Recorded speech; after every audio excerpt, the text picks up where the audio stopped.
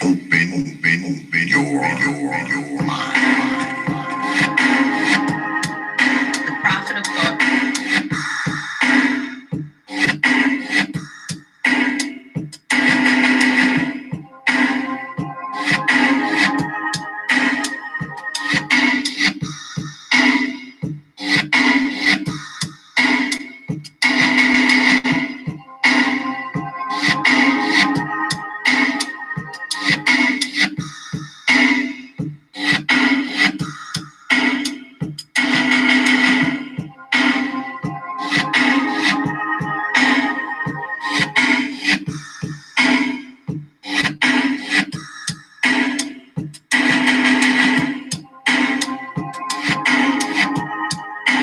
Prophet of thought.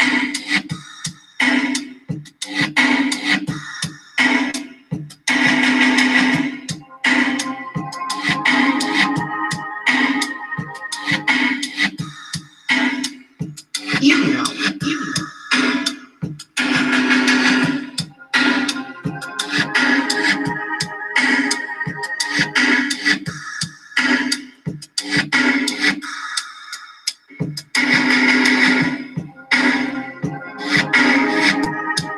The prophet of thought.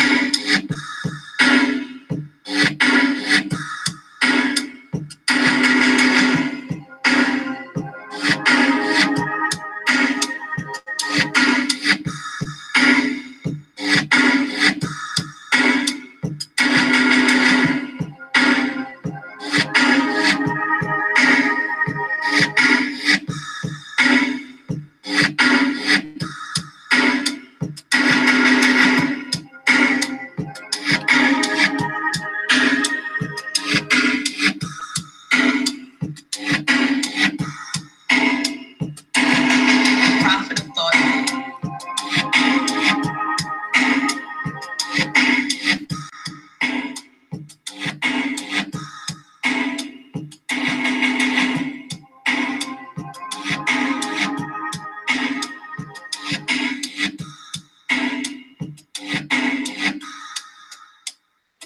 Hello.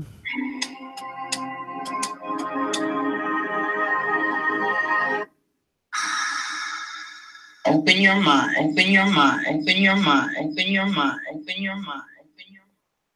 Peace, folks, and welcome back to another edition of the Prophet of Thought series right here on the old T.P.O.T YouTube page. I'm your host, X, of course, but you knew that already. That's why you are here. Tonight, I got a real good show for y'all tonight. Big powerhouse lineup. As you can see in the title, we're going to be chopping it up with my man L.M.P, Life Machine Power, also Jaye De Black and Darius McTow. So top heavy night tonight, y'all. Serious business tonight. But before we get started, because my man L.M.P is already in the house. What's good, brother L.M.P? Before we get started, you know I got to thank my contributors and my donors. You know, like I always do before I start the show. I thank y'all for y'all contributions. I thank you for your subscriptions. I thank you for your views. I thank you for your support, because you don't have to support the way you support. You don't have to, but you choose to. You support by watching, you support by subscribing, and a lot of you support by donating your coins, something you don't have to do. You don't have to spend your hard-earned coins on this platform, but you choose to do so, which leads me to believe that you see value in this platform. And for that, I'm grateful. I am honored. I'm beyond words, like I always say. And those of you who donate, y'all already know every time you donate, I always write you a personal email, whether it's 5 of you, 50 of you, or 500 of you. I'll always sit down, write you a personal email, not a computer-generated one, thanking you for your contribution. So once again, we are grateful here at T.P.O.T, and I thank you from the bottom of my heart and the center of my mind. So, as y'all know, Wednesday nights here on the old T.P.O.T YouTube page is our hours of power, hours of power, hours of power, hours of power, hours of power, hours of power, hours of power. That's right, the old Hours of Power night. And we starting off with a good one with brother L.M.P, Life Machine Power. If you want to go down and check the brother out, go ahead and look right down here in the description box, and you can go ahead and click that link and go on down there, support the brother's channel, subscribe. I know he would appreciate the support. So let's get into it, brother. Let me start off with the question I always start off with. What brought you to YouTube? Well, for a long period of time, I would watch a lot of different videos, and I thought to myself, how could I contribute? And for a long time, I stayed on the sidelines thinking that who would be interested in what I would have to say. And when I got past that, I decided to put out videos initially on tools. But those videos didn't take off. And I found that when I would review certain things, all sorts of social issues would come up. And then from there, I ran into a person who said, all you have to do is essentially display your life. And that's how I'm here. I'm displaying my worldview on different things. Now, one thing I notice about you, brother L.M.P, you're very laid back, very measured, very calm, and that's not exactly the mode on this side of YouTube. Um, I've been on a few panels with you, brother, with info on Info Man, and I believe I've been on with you somewhere else. And you always hold that measured, calm demeanor. Do you find it hard to do that in the quote unquote YouTube streets when you're doing your streams? No, I don't find it difficult because generally this is how I am. And with a platform like this, which is so powerful, it's really about the people expressing themselves, preferably in a constructive manner. So, what do you think? What do you think of the state of Black YouTube right now? What's your take on what's not just what's going on YouTube, say today, but YouTube, Black YouTube in a whole? What's your take on it? So, first and foremost, what I see is a lot of people who have a lot of different things to say. I do see a lot of talented people out there with a lot of things to contribute. There are conflicts that occur, but what I do see is a lot of people struggling to have their voice heard because in everyday life they aren't able to speak out on a number of issues. And as a collective, if people could get together and work towards something constructive, that would be the best thing to do. Also, I do see in the future major changes coming to these platforms. So I urge people to take advantage of it in terms of being productive because I suspect in the future it will not be as open as it is right now. Oh yeah, I absolutely agree. We talk about this stuff all the time, man. You know, this YouTube thing is going to go, it's going to go in a different direction. And some of us may not be on the boat when it leaves the dock, you know. So I mean, we need to be wary of that. That's why I tell people, you know, to go ahead and maybe possibly look into other platforms like, you know, Black Junction, Black Avenger, where I put a lot of my stuff, you know, just kind of explore other avenues because I mean, I know that they're probably looking to, you know, knock some of us off. You know, those of us who are making some money, or making them some money, I should say, they probably, won't be as hard on us. But I do believe that they're looking to knock some of us off. So I know on your streams, you don't necessarily talk about the same kind of stuff that everybody else talks about. So won't you just kind of give people a little quick bio of what, Life Machine Powers YouTube page is about?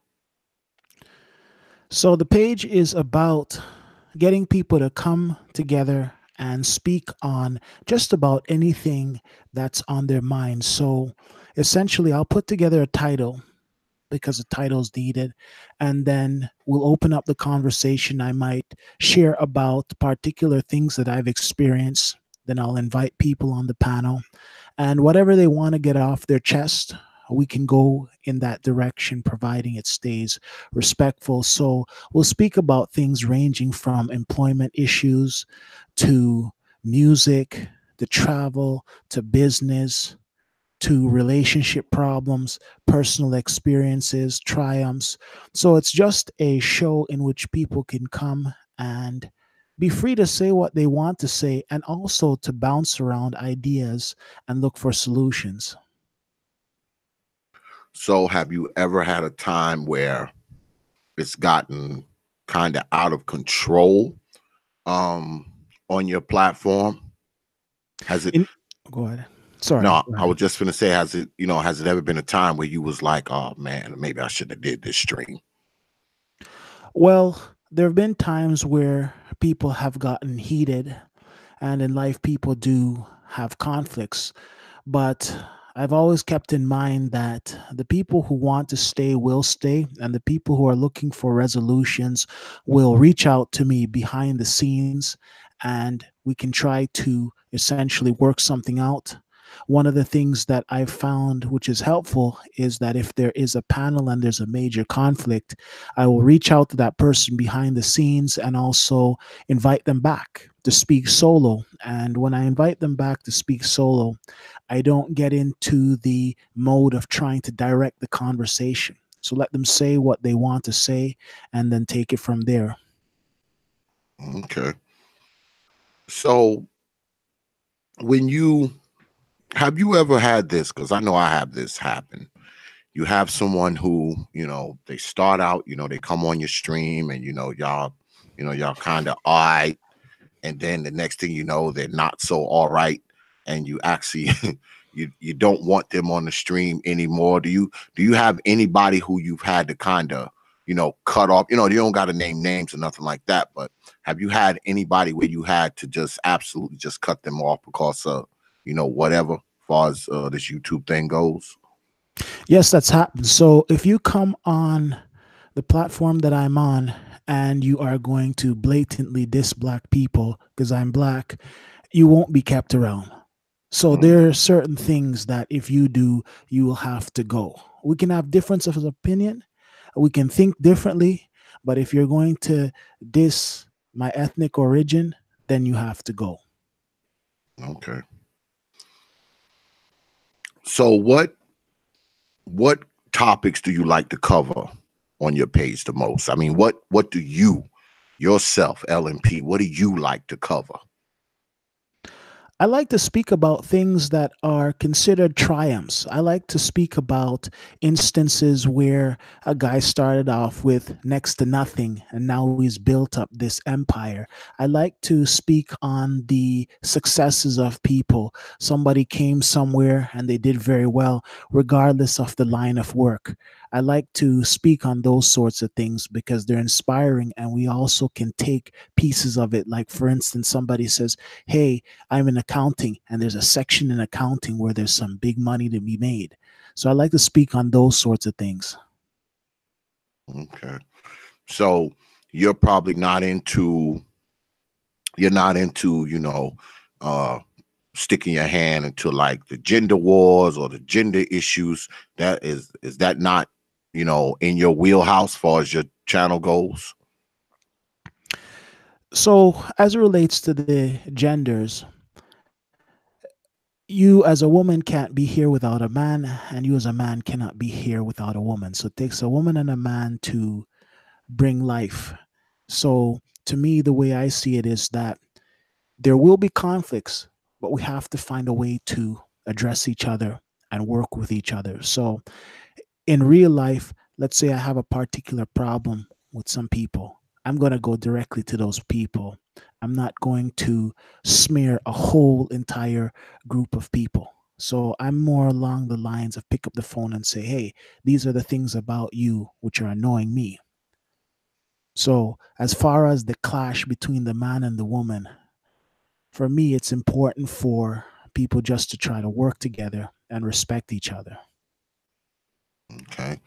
So what do you think? Because a lot of the brothers, I include myself in it too. A lot of us, we have a tendency, we go in on the female species, and we go at them hard at times. I'm speaking for myself. I know that I go at them hard sometimes, not a lot, because that's not really the staple place of this channel.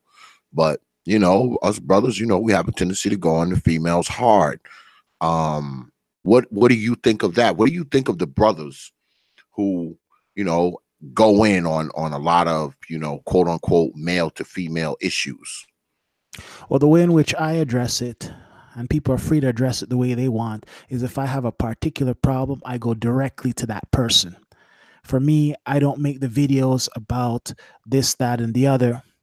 But what I'll do is I'll pick up the phone and call that person and say, listen, these are the things about you that annoy me, and get it off my chest. So different people have different ways of dealing with these things.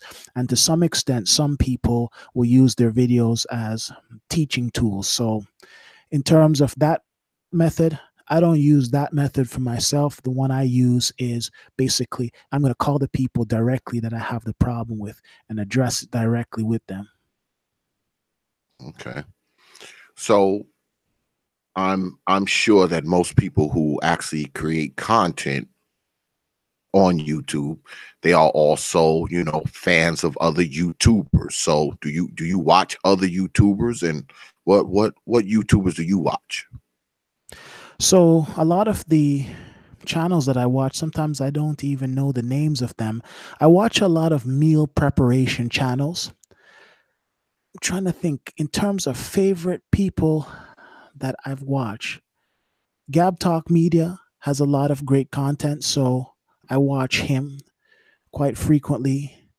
You have people such as Poetic Kels. I'll watch her channel.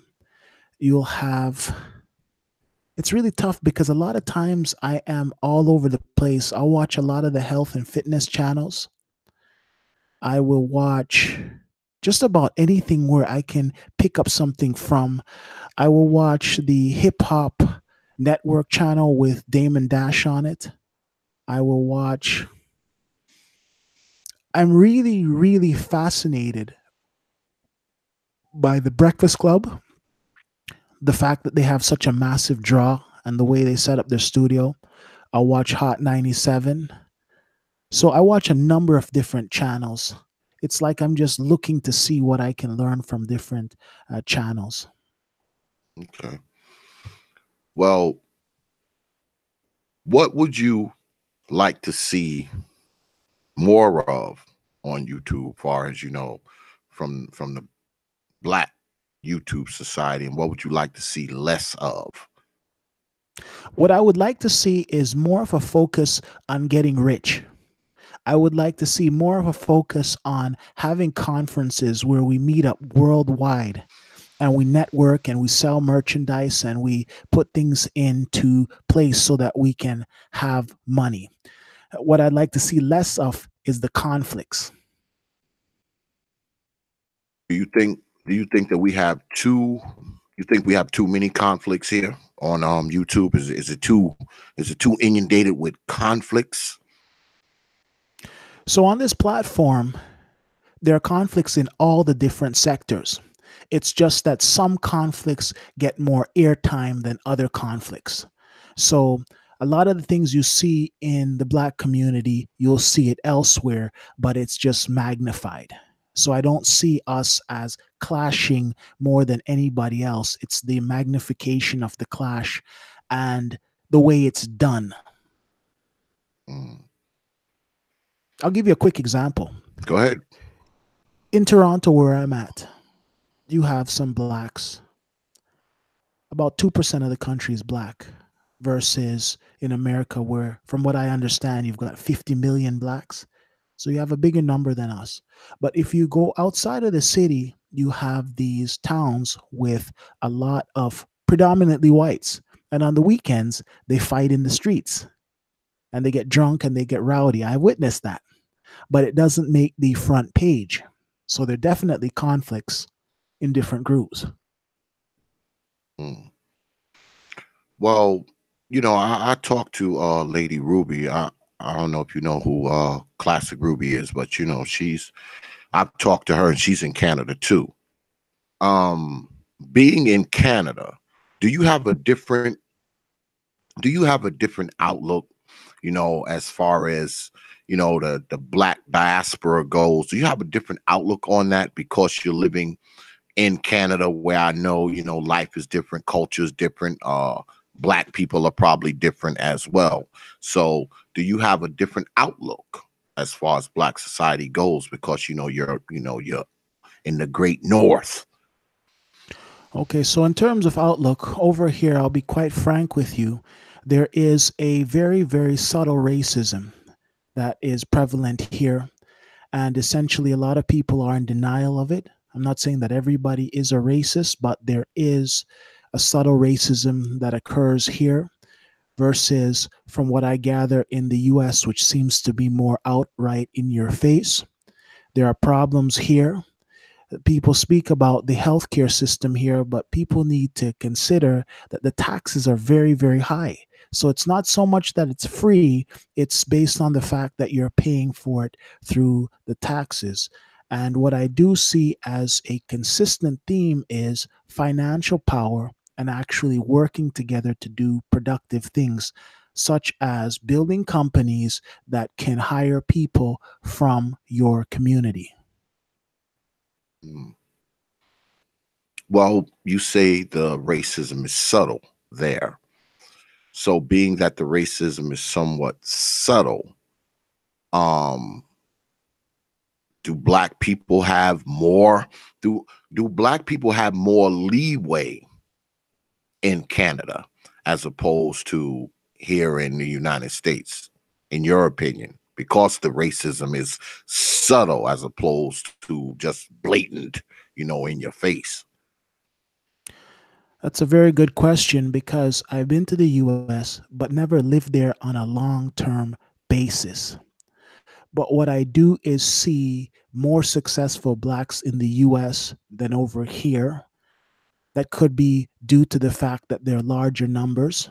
What I do see over here is that the things are so subtle that you have to be able to pick up on certain things that are going on. So there are opportunities, but you need to be able to look beyond and see where things are actually going. For instance, a racially motivated move here could be you're at a company for years, and for the years that you are there, you never required a degree.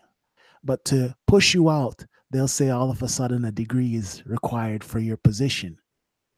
But the underlying message is they don't want you there as a black person. Those are things that happen. There's also the denial. Like, for instance, I'm here on your program and I can see you, but I could deny that you even exist. I could deny that you are in front of a mic with a dark jacket and a tie. So there's a lot of denial.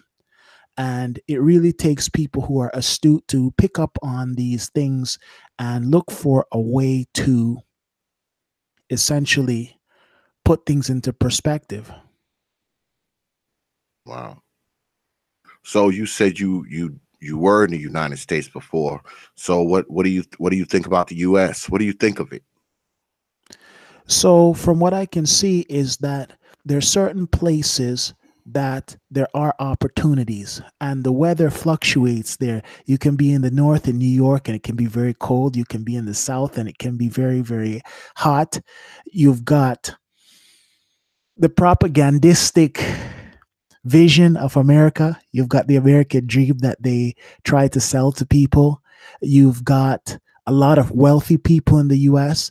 You've got a lot of things that are there. It's for the person to look into those things and get what they need. You've got a lot of places throughout the US which are abandoned. And I suspect in a short time to come, those places will come up. I see places like Detroit with all these abandoned buildings. If I had some real dollars in my pocket, I would buy up blocks of the ghetto, because at some point the ghetto is going to have to come right back up.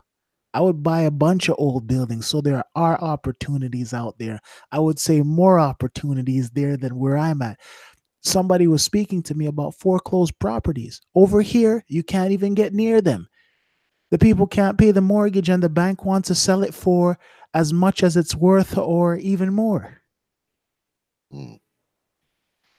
Well, you said the tax base is really, really high up there. So, that would explain a lot. Um, so when you do your streams, do you deal with a lot of people, from Canada, or are you more aligned with people from, people here in the States as far as YouTube is concerned? Well, when I look at the statistics, Classic Ruby and a guy named Duma S, and I think Vancouver guy are the three people from Canada. It is 99.99% Americans. Mm. Is YouTube big in Canada? I mean, is YouTube a thing in Canada like it is here? They use it, but not on the scale as over there. Mm. So in America, we are freaking addicted to YouTube. So they're not addicted to YouTube up there in the Great North, right? Not as much, at least within the Black community. Like a lot of the content is American, American, American. Mm. Wow. So are you a native of Canada, or did you come from somewhere else? Did you always live in Canada? Actually, I am from Jamaica, Okay. and now I'm here living in Canada. No, okay. So do you find it hard as a Jamaican brother to be you know is there much of a Jamaican culture in Canada? I know there's somewhat of a Jamaican culture here, but is it much of a Jamaican culture? Forget the Black culture, but the Jamaican culture. Do you find much of that in Canada? Well, if you go into places like Toronto, you can see some of the culture there, particularly in Toronto. That's where most of the Jamaicans would be. And it does exist, but coming from a place where the guy on the corner begging is black and the prime minister is black and just about everybody in between is black, it's a lot different because you're used to seeing people who look like you. You turn on the news, you see people who look just like you. Okay. So far as far as your content is concerned, are you do you how do you consider your content? Do you consider your content red pill? Do you consider it Ibmore? Do you consider it, I mean, what do you consider your content? So I would classify my content as realistic, realistic to the way in which I live, and open to debate and open to different sorts of people.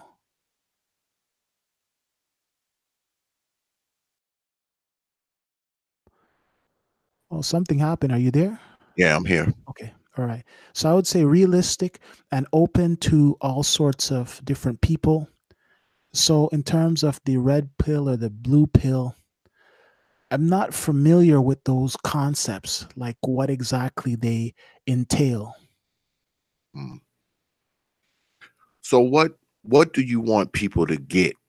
What do you want people to get from your content? I know you talk about, you want people to come together and exchange ideas, things of that nature, but what do you want people to get from your page when L.M.P does a live stream and that live stream is over?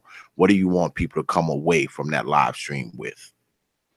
Well, I want them to come away with it from, okay, what I want them to gather from it is to essentially get information that they might not have had before, be able to interact with people that have been through certain things that they haven't been through, or vice versa, and also to get them off the platform and to the events that I host. That's the real goal.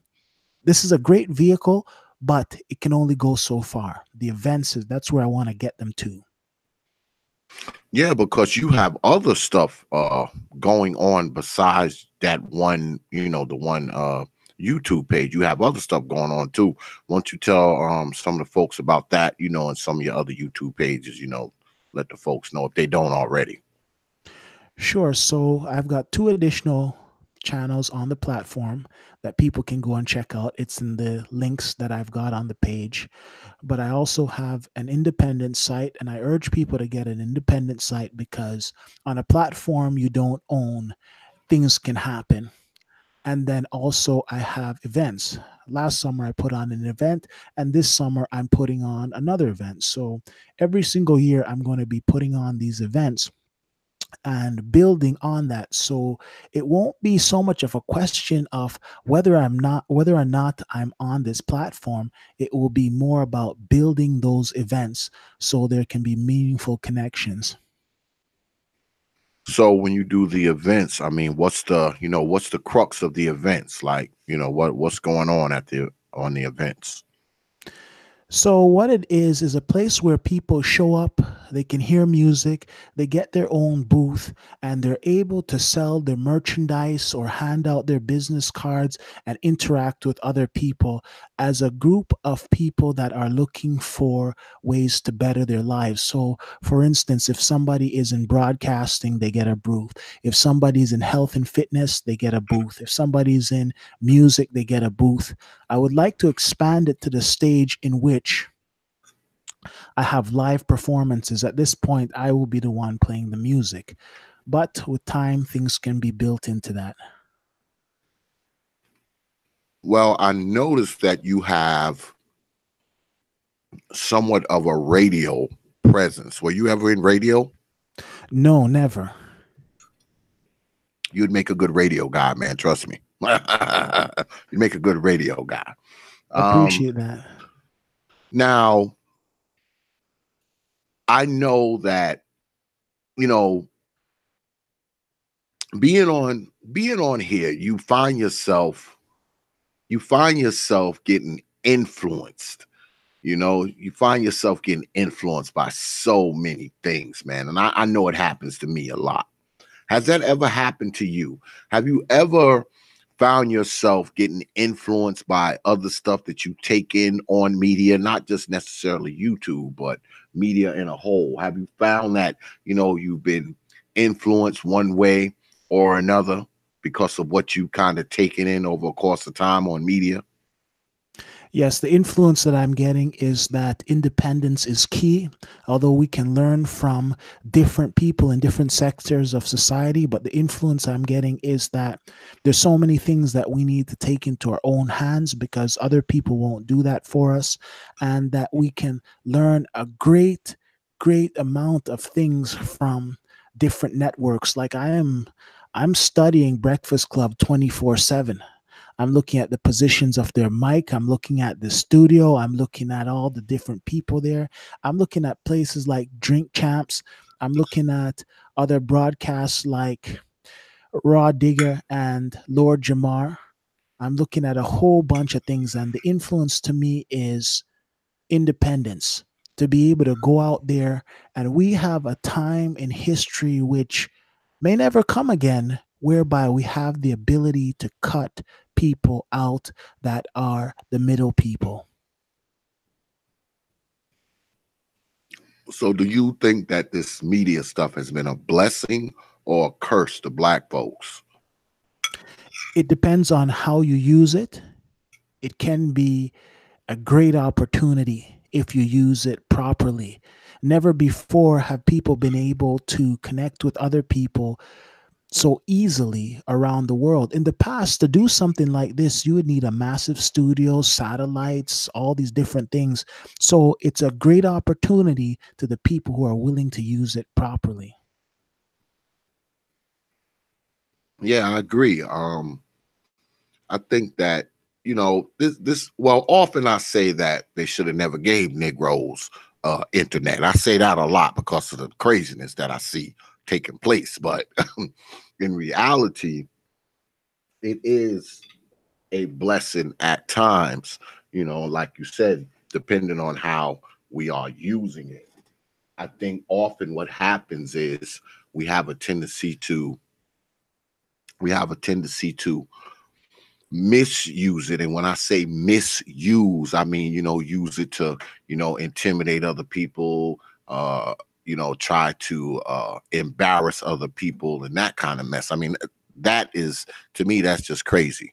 Now, I'm not a person, I don't believe in speech police, and I believe people should be able to say whatever they want to say. But I think that, it's probably not the best thing to use media to try to come at people and threaten them and all that kind of nonsense, because that can get dangerous in real life. So let me ask you, have you ever had anything happen to you, as far as media goes, and either you or someone else has tried to take it to the real world? No, and what I do is do my best to keep it appropriate in terms of dealing with people. It's very, very simple. If people don't like your content, they don't need to show up. And for myself, I'm not going elsewhere to create problems. So if I see there's a situation, I'll discontinue it.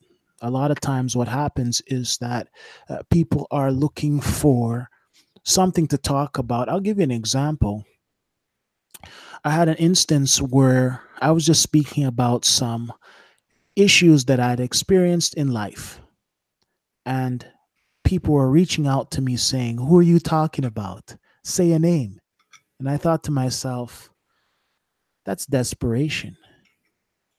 They thought that I was speaking about them, which is impossible because I've never met them and we're in different countries. So sometimes people are just looking for a way to essentially stir up a drama. Yeah, but I like the way you handle things. I mean, I think back now, I was on someone's show, and I remember them saying that something had happened on your show. You know, they said something had happened and somebody had threatened.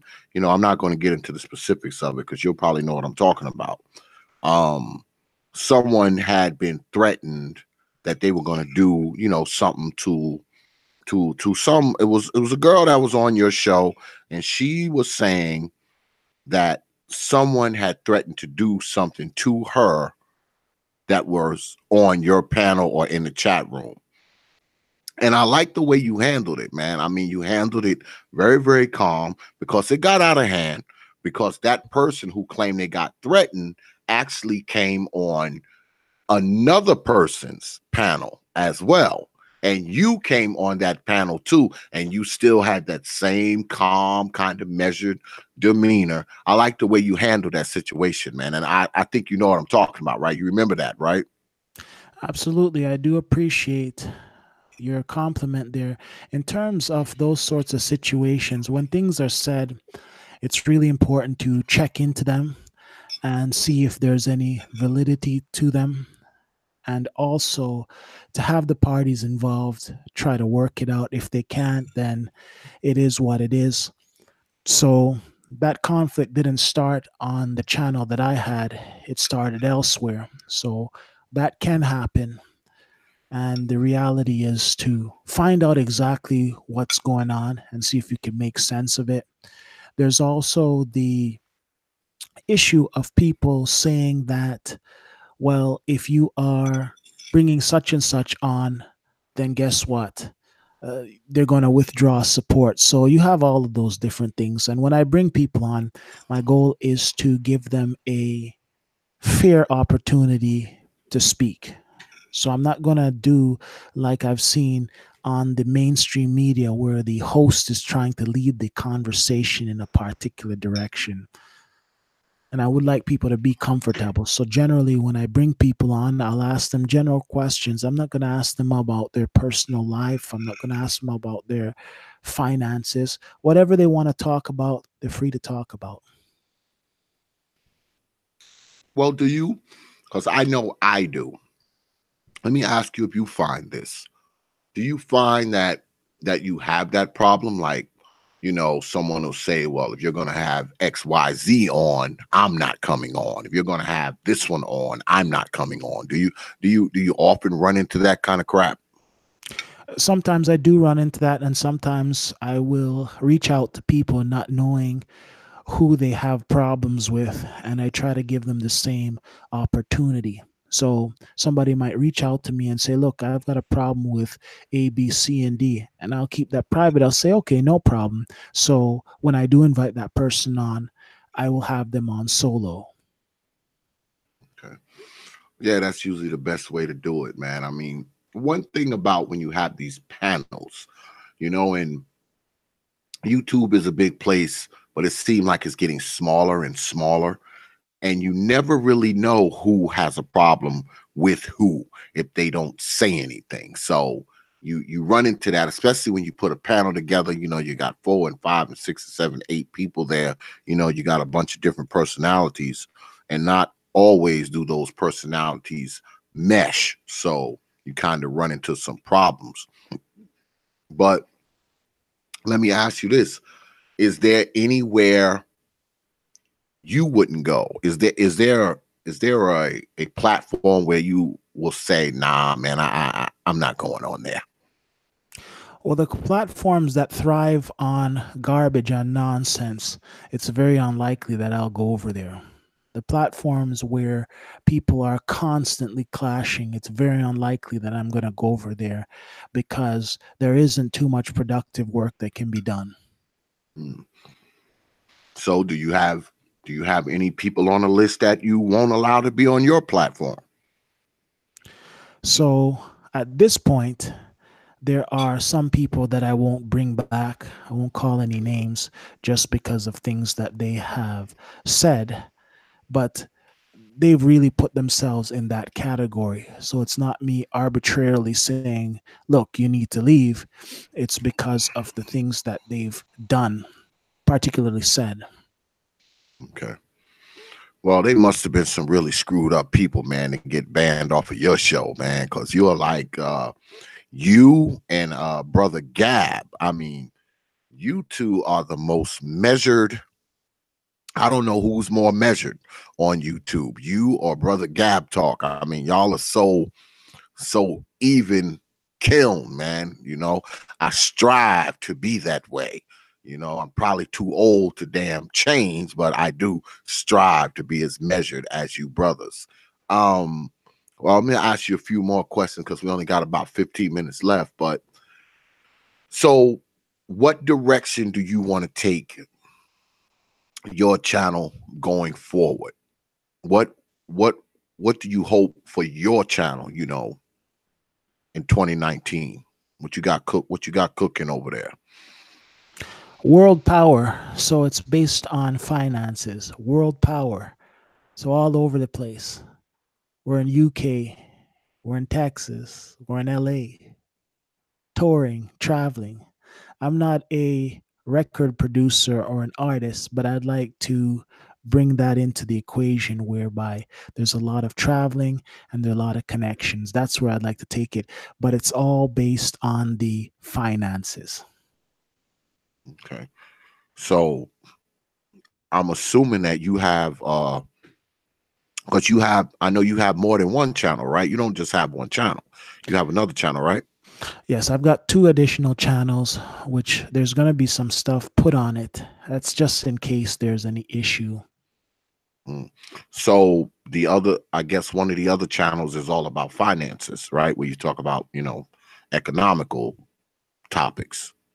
No, the other two channels really serve as backup. So you would see things similar to what I have here. However, my thought is that I would like to raise funds to get a professional camera to make that content sharper. So on this main channel, it would be a lot of the free stuff. And then the other channels, there would be more more work that's done on a more professional level, also connected to the Patreon. So films, documentaries, things like that. So I'm still working out the details of that.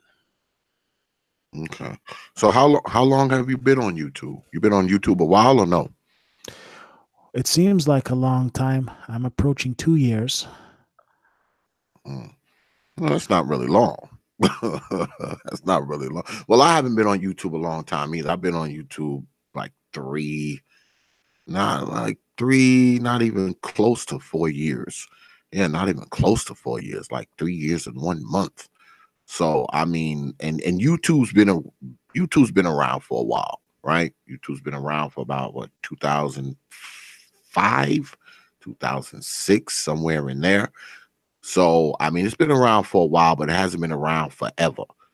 And I think that, I mean, a lot of us are going to be able to keep our content the way it is, but many of us we're going to have to fit some kind of bill, or we're not going to be able to remain. I truly see that coming. That's why I put my stuff on other places. Do you ever fear that you wake up one day and your damn channel will be gone? No, I've actually thought outside of that because the channel is a great addition to what's going on. But when you have the conventions, just like the church would have conventions, then now it's a brand. Now you can just post however you feel like because people can check you out on Patreon. They can show up at your event. For instance, the Prophet of Thought series, let's say you had an event and you brought out 5,000 people. At that stage, this platform is no big deal because everybody knows the Prophet of Thought as a brand name. It's true. That's true. So I assume you also have your fair number, because even a measured guy like you has his fair number of freaking trolls. Do you have any people who just troll the hell out you? Well, there have been people who try to disrupt what's going on, but it's not exciting for them because I don't respond. I don't have the time. The content is not drama filled, so there isn't too much. You can say whatever you want to say, but it's not the spice. You just won't get that type of flavor. Yeah, because I mean, I watch some of your stuff. I mean, you're not a negative guy at all. I mean, you're not. I mean, those of you who never watched this brother, you need to. Like I said, the channel is in the description box. You can go ahead and hit that, subscribe to the brother's channel. This brother's not negative. He's not. I mean, he's very smooth and calm. He actually talks about topics that people are interested in. It's not the run of the mill stuff. And he's not negative. He's not hyperbolic. He's not, off the damn meat rack like X is sometimes. So if you want to go somewhere and actually see some calm, laid back, positive content, hit that damn link down there in the description box, because brother L.M.P, that's what he's pushing off down there. So let me ask you this, brother L.M.P. Where do you see? I'm gonna ask you a couple black society questions before I let you go. Where do you see black society, man, in the next 5 to 10 years? Where do you see us?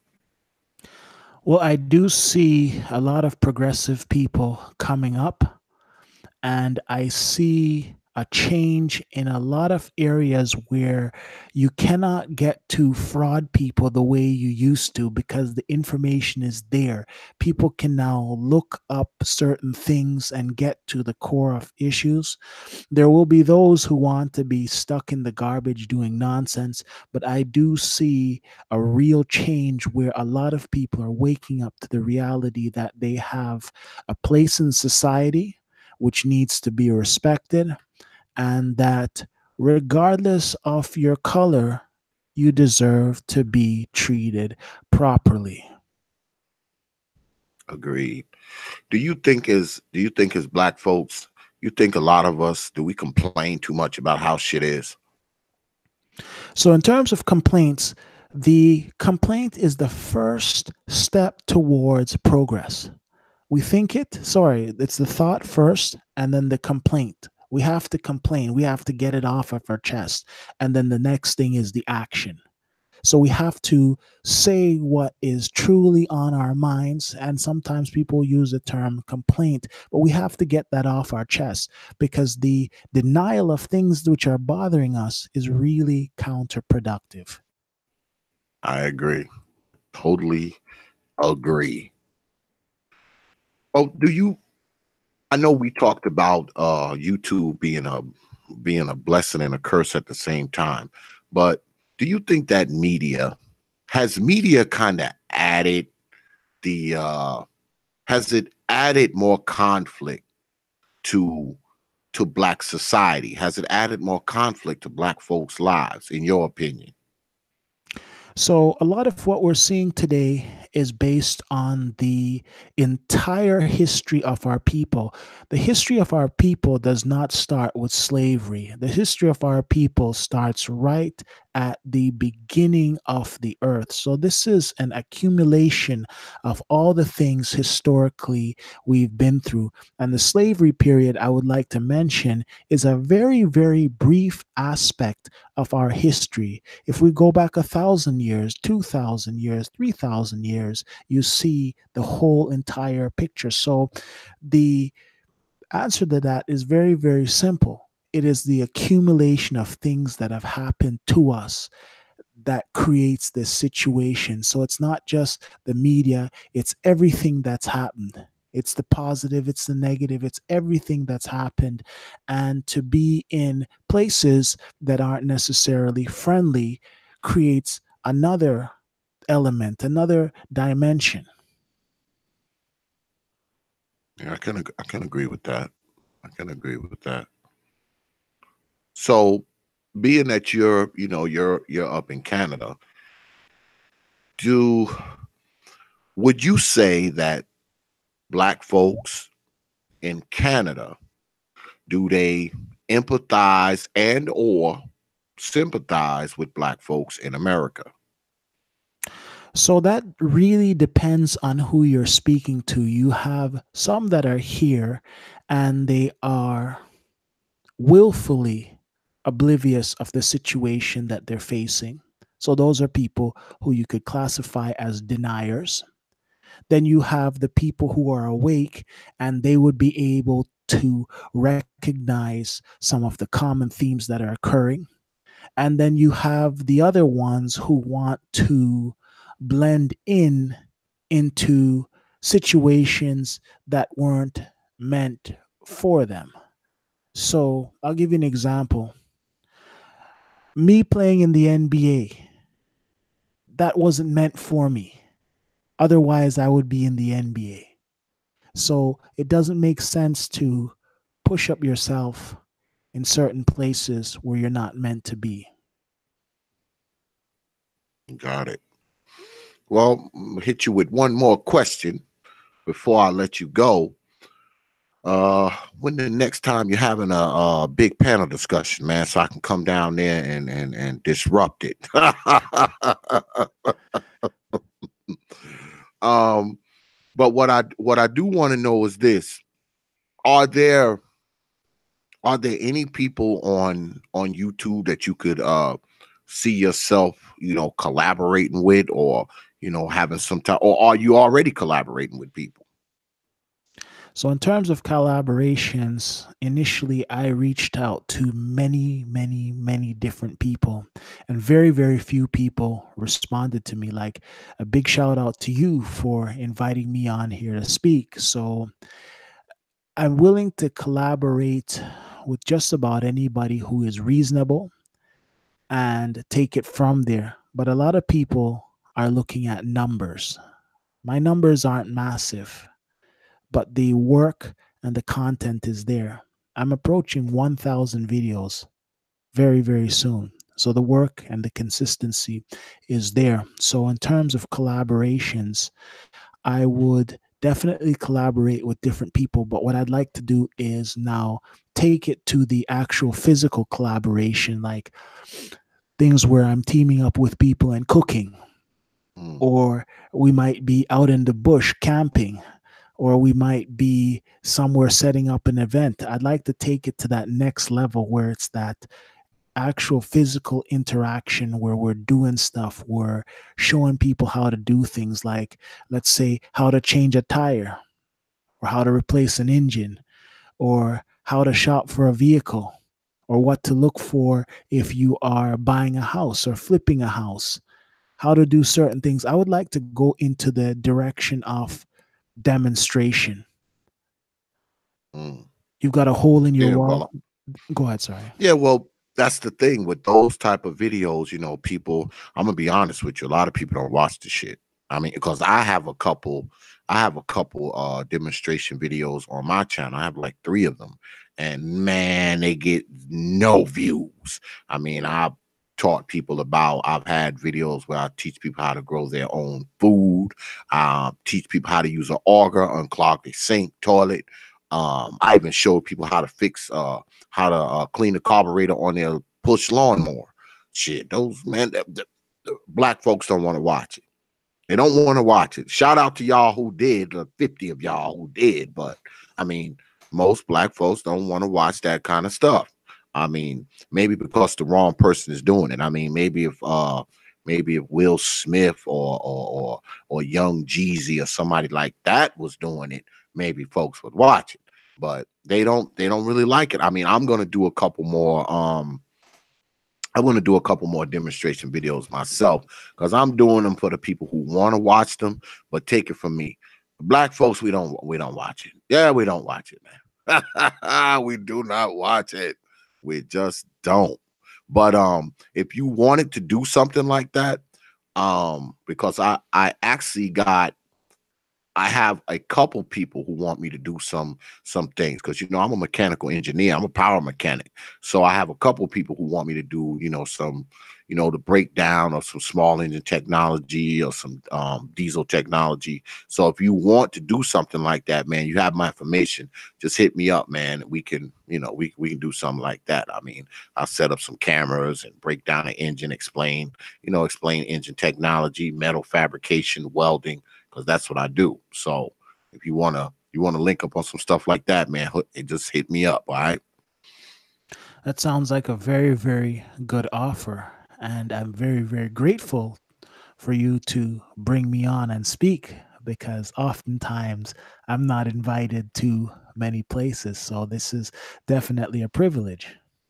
Oh, absolutely. And y'all better get down there and subscribe to the brother's channel because I know he would appreciate the support. Trust me, like I said earlier, I have watched the brother's stuff. I've been on panels with the brother. This is a very measured brother, and his content is always positive. It's not the vitriolic, crazy, fiery stuff that you that you often hear on the old T.P.O.T YouTube page. His stuff is really calm. It's really laid back, and he's a positive brother. And get on down there and support him. Like I said, link in the description box. I appreciate you coming on tonight, brother L.M.P. Taking some time out. I know we got our signals kind of crossed there, but eventually I got you up on here, man. And it's been a pleasure to have you on. I'm gonna come down there, man, and catch one of your lives, man, and jump up on the panel and talk some shit, okay? Absolutely. So thank you very much for having me on. And I'd like to shout out the people who have come over from the LMP Absolutely. Do family. it. Pull the trigger. So thank you to Poetic Tales, Silks BB Scratch, and the real Aaron Collins. People like, there's somebody from Vancouver guy. Thank you for showing up. So a number of different people have showed up. These are some of the core people on my channel that essentially show up just about every morning. So it's good. Yo, what's up? So, brother Prophet. What's good? My next guest, a piece, brother L.M.P. Man, I appreciate you, brother. Not a problem. Take care. Thank you for having me. Well, the next guest up here on the old has arrived. I know y'all know who this is. It's the one and only Jaye De Black. What's good, brother Jay? What's going on, Prophet? Shout out to the chat, everybody that's tuning in. Yeah, good to have you on, man. Mm-hmm. I'm just gonna get right into it, man. I'm gonna get right into it. All right. So won't you, before we get started, won't you just tell everybody who you are, for those of you who may live under a rock or something, who you are and what your channel is about? Well, of course, my name is Jaye De Black. Well, my channel has gone through a couple different phases. When I first started out, I wanted to speak on issues pertaining to me and my life, and taking the red pill and going my own way. That's how it started out, and it was getting my thoughts out there and really just speaking to people. Because like when I first started, I was inspired by this YouTuber by the name of Sane Madman 103. And if it wasn't for me watching his videos, I would have never gotten started. So watching him and his progression, it inspired me to speak on my life and the changes that I want to make. And that's how I started off.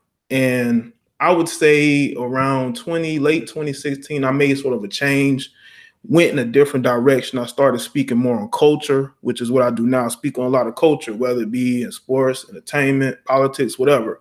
I speak on topics that pertain mostly towards Black culture and Black men, more so than me just speaking on issues pertaining to just men in general, So that's where I'm at right now. Yeah, I went through your channel the other day, and I was over there today too as well. I noticed that you talk a lot about you cover a lot of celebrity stuff. You cover a lot of, I guess we would call it celebrity fuckery. I don't know, but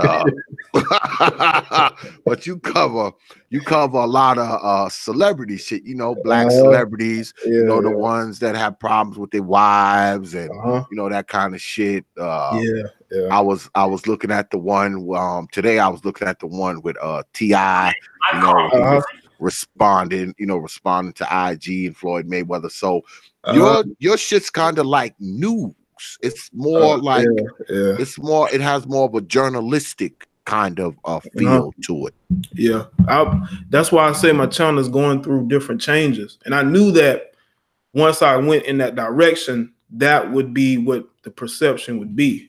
But when I do live shows, I try to speak on more issues pertaining to people in general, especially Black people in general. So that's why I usually divide the live streams from my videos, and my live streams are a little bit more geared towards peer-to-peer instead of just always like entertainment stuff. But yeah, that's what it is now. But that's the thing. It's like it depends on what I'm interested in at the time, because I'm the type of person, I kind of have ADHD when it comes to content. Like I can't do the same thing for so long or I'll get bored, and I don't want to be making videos just to be making them. So I want to make videos that's going to get conversation started, that of course is going to get a large viewership and following. And that's where I'm at right now. That may change a couple months from now, who knows? But that's where it's at right now.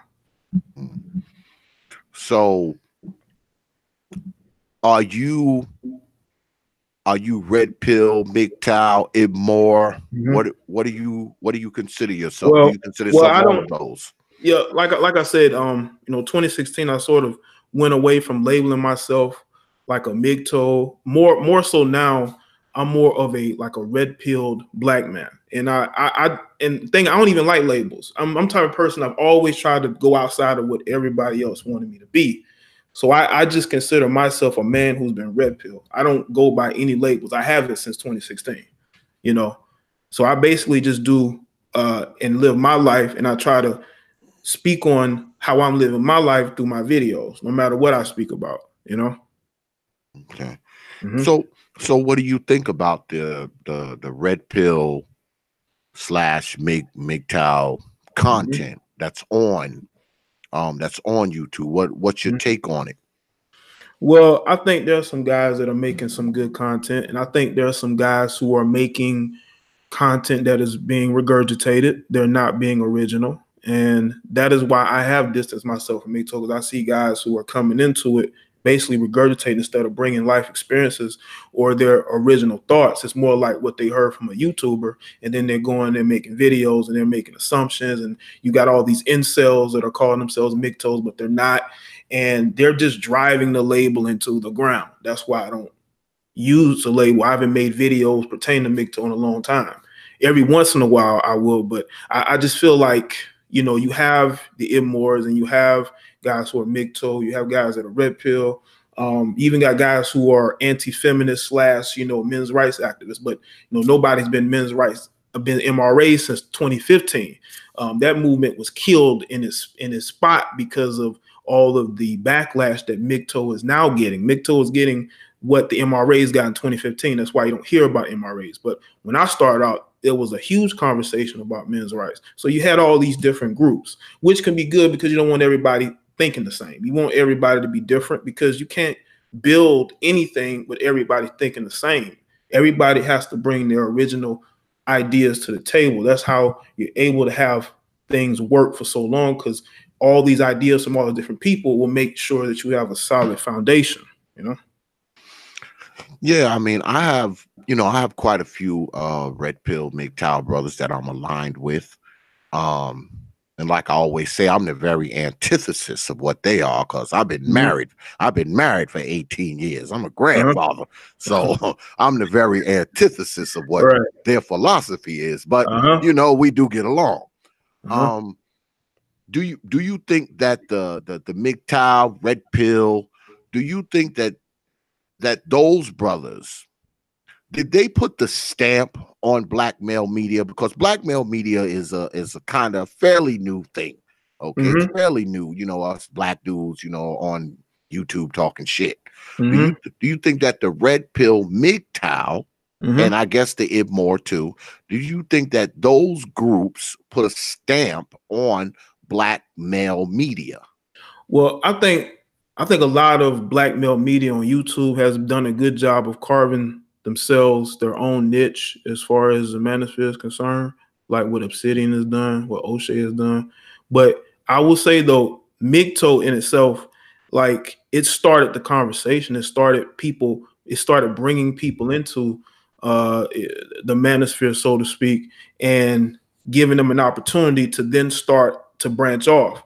It did start with MGTOW because, like, when I started, there was a lot of white Canadians making videos about feminism because they were dealing with it so heavily. Like, that was most of the videos I saw was from white Canadians because of what they were dealing with. That was the manosphere. It was a bunch of Canadians, and then you had white Americans, or you had white guys from other countries. Then you had a couple of black guys. It was only a few of us, like, in that particular space. I was one of them. That's why I did interviews with a lot of those guys, because I was one of the few ones that was in that particular space. But what I saw was other black men coming around, listening, or they were partaking, like joining into it, or they branched off and did it more, like BGS and a couple of other guys did. So I think that it got men, it got the idea. Not saying that it helped building, because those guys built their own platform, but I think it got those guys thinking, we go through a lot of those same issues too. I can speak on it from my perspective, and let's get these guys together, these black men together, and let's speak on it together. Yeah, I believe that the red pill MGTOW brothers have changed minds. I mean, they changed my perspective on a lot of things. Yeah. Because you know, after listening to some of these brothers, you know, and I start to think about some of the shit they were saying, I was like, wow, that shit makes a lot of sense. Yeah, that's how it was. That's how it was for me. It was a shell shock to me too, to hear the stories and their life. A lot of these guys been through a lot of shit, man. They you can hear it in their voices when they made videos, you know. So, what is your overall take on Black YouTube in a whole? I mean, the whole thing, this whole Black YouTube, whatever you want to call it. I think it's grown a lot, because there really was no Black YouTube when I started. You know, it really wasn't, and I think it's grown. It's gotten bigger and bigger, which has been cool to see. Because, you know, you don't want to be one of a few. You want to see guys who look like you able to do their own thing and speak from perspective that you lived, you know. Like, you know, these white YouTubers, I can agree with their points, but they didn't live my life. You know, they don't speak on all the same issues I've been through. And to see Black male media, it's gotten bigger and bigger, and it's been cool to see. You know, there was a blog written about the Black manosphere recently. Somebody sent me. So it's I think it has the potential to be really big, but it's, you know, but because of the changes that YouTube keep making, you know, you got to always keep your eye, you know, to the right to see what, you know, see what can come down the pipe, you know, because we did have the apocalypse recently. No, well, not recently. Well, like almost a year and a half ago, almost 2 years. So yeah, I remember. So do you think that it's possible for Black male media? Could we possibly take this shit mainstream? Do you think that's possible? I think that if you have Black men who speak, who's a part of what's going on here on YouTube, who are able to get on like Sirius or to get on TV, or, you know, to get their podcasts, you know, placed on different blogs and websites and trending, and they become like a household name, and they're able to be like, hey, look what that guy's doing. Let's see. Okay, let's go down the see who guys like him are. Let's recruit more guys like him, you know. But those guys, I'm telling you, because of the way the mainstream is, they would definitely have to change, you know, certain talking points in order to be able for people to be comfortable to have these guys on their platforms. But I think it can be that all it takes is charisma, a charismatic men who are able to gain followings, and that corporate America, which, you know, is running the media, is comfortable having those guys, you know, grow and have millions of followers, or, you know, hundreds of thousands of followers, you know. Do you think that the brashness of some of us brothers, because I throw myself in there too, right? You think the brashness and the straightforwardness of some of the brothers on YouTube, do you think that hampers us from going into the mainstream? Because, you know, we come out so direct, and you know, we talk about baby mamas, and we call women hoes, and we do all this kind of stuff. Do you think that hampers us and keeps us from going into something more mainstream? I would say yes and no, because you got guys who are who are that way, and they're part of sorry about that.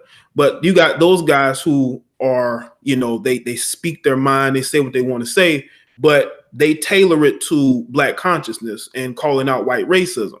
You know, they're not going to talk about single mothers. You know, they're not going to talk about the real issues going to Black community. It's going to keep everything surface level. That's going to make, you know, the mainstream comfortable, because the mainstream is comfortable with Black people calling out, you know, white racism and calling out Donald Trump. As long as we're just doing that, they're cool with that. But if we start calling out the fuckery that Black women do, and the single mother problem issues that are going on, and these kids not being raised in proper households, no father figures, you speak on that, then you're going to have a problem. But if you're speaking on the things that they're comfortable with you speaking on, then I think that they'll have a chance.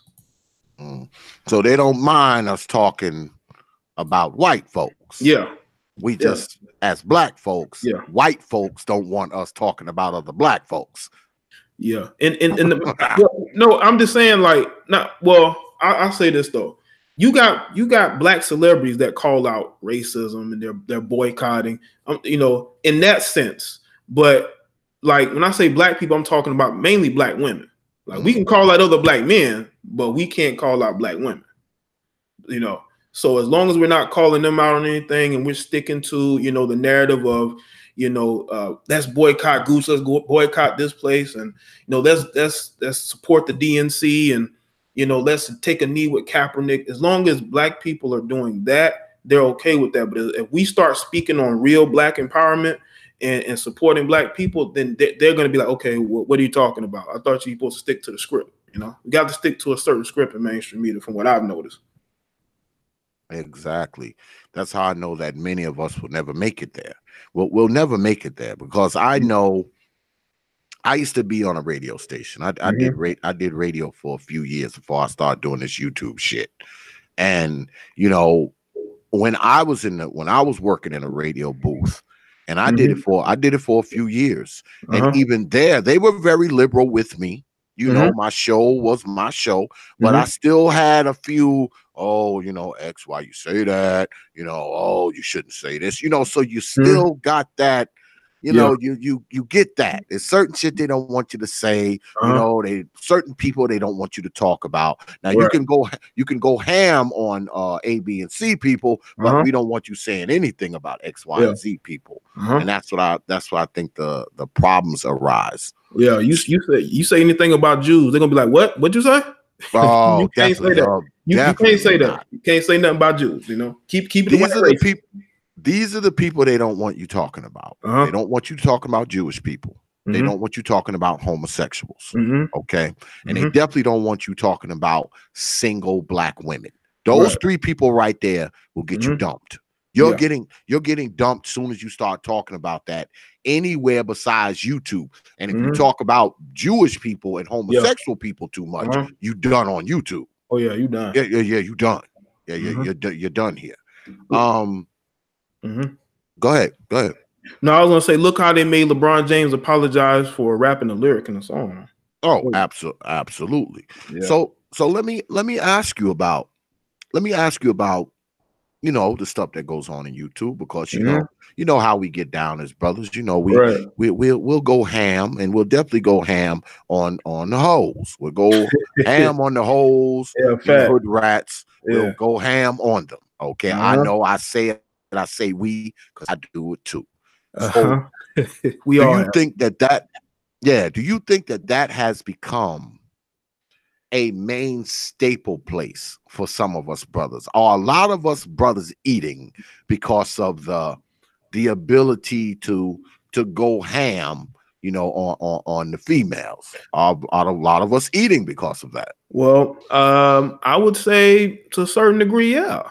You know, I don't think a lot of these guys just talk about black women 24/7. But I mean, when you're talking about black women, the views are going to go up, and it's mainly it ain't just black men watching; it's black men watching too. You know, because there's black women who either have an opinion on it or they're interested to hear what we have to say. So yeah, we're gonna eat off that, because a lot of black people are interested in what we have to say about black women. There's a lot of black female fuckery to be called out. So you're gonna hear a lot of it. You know what I'm saying?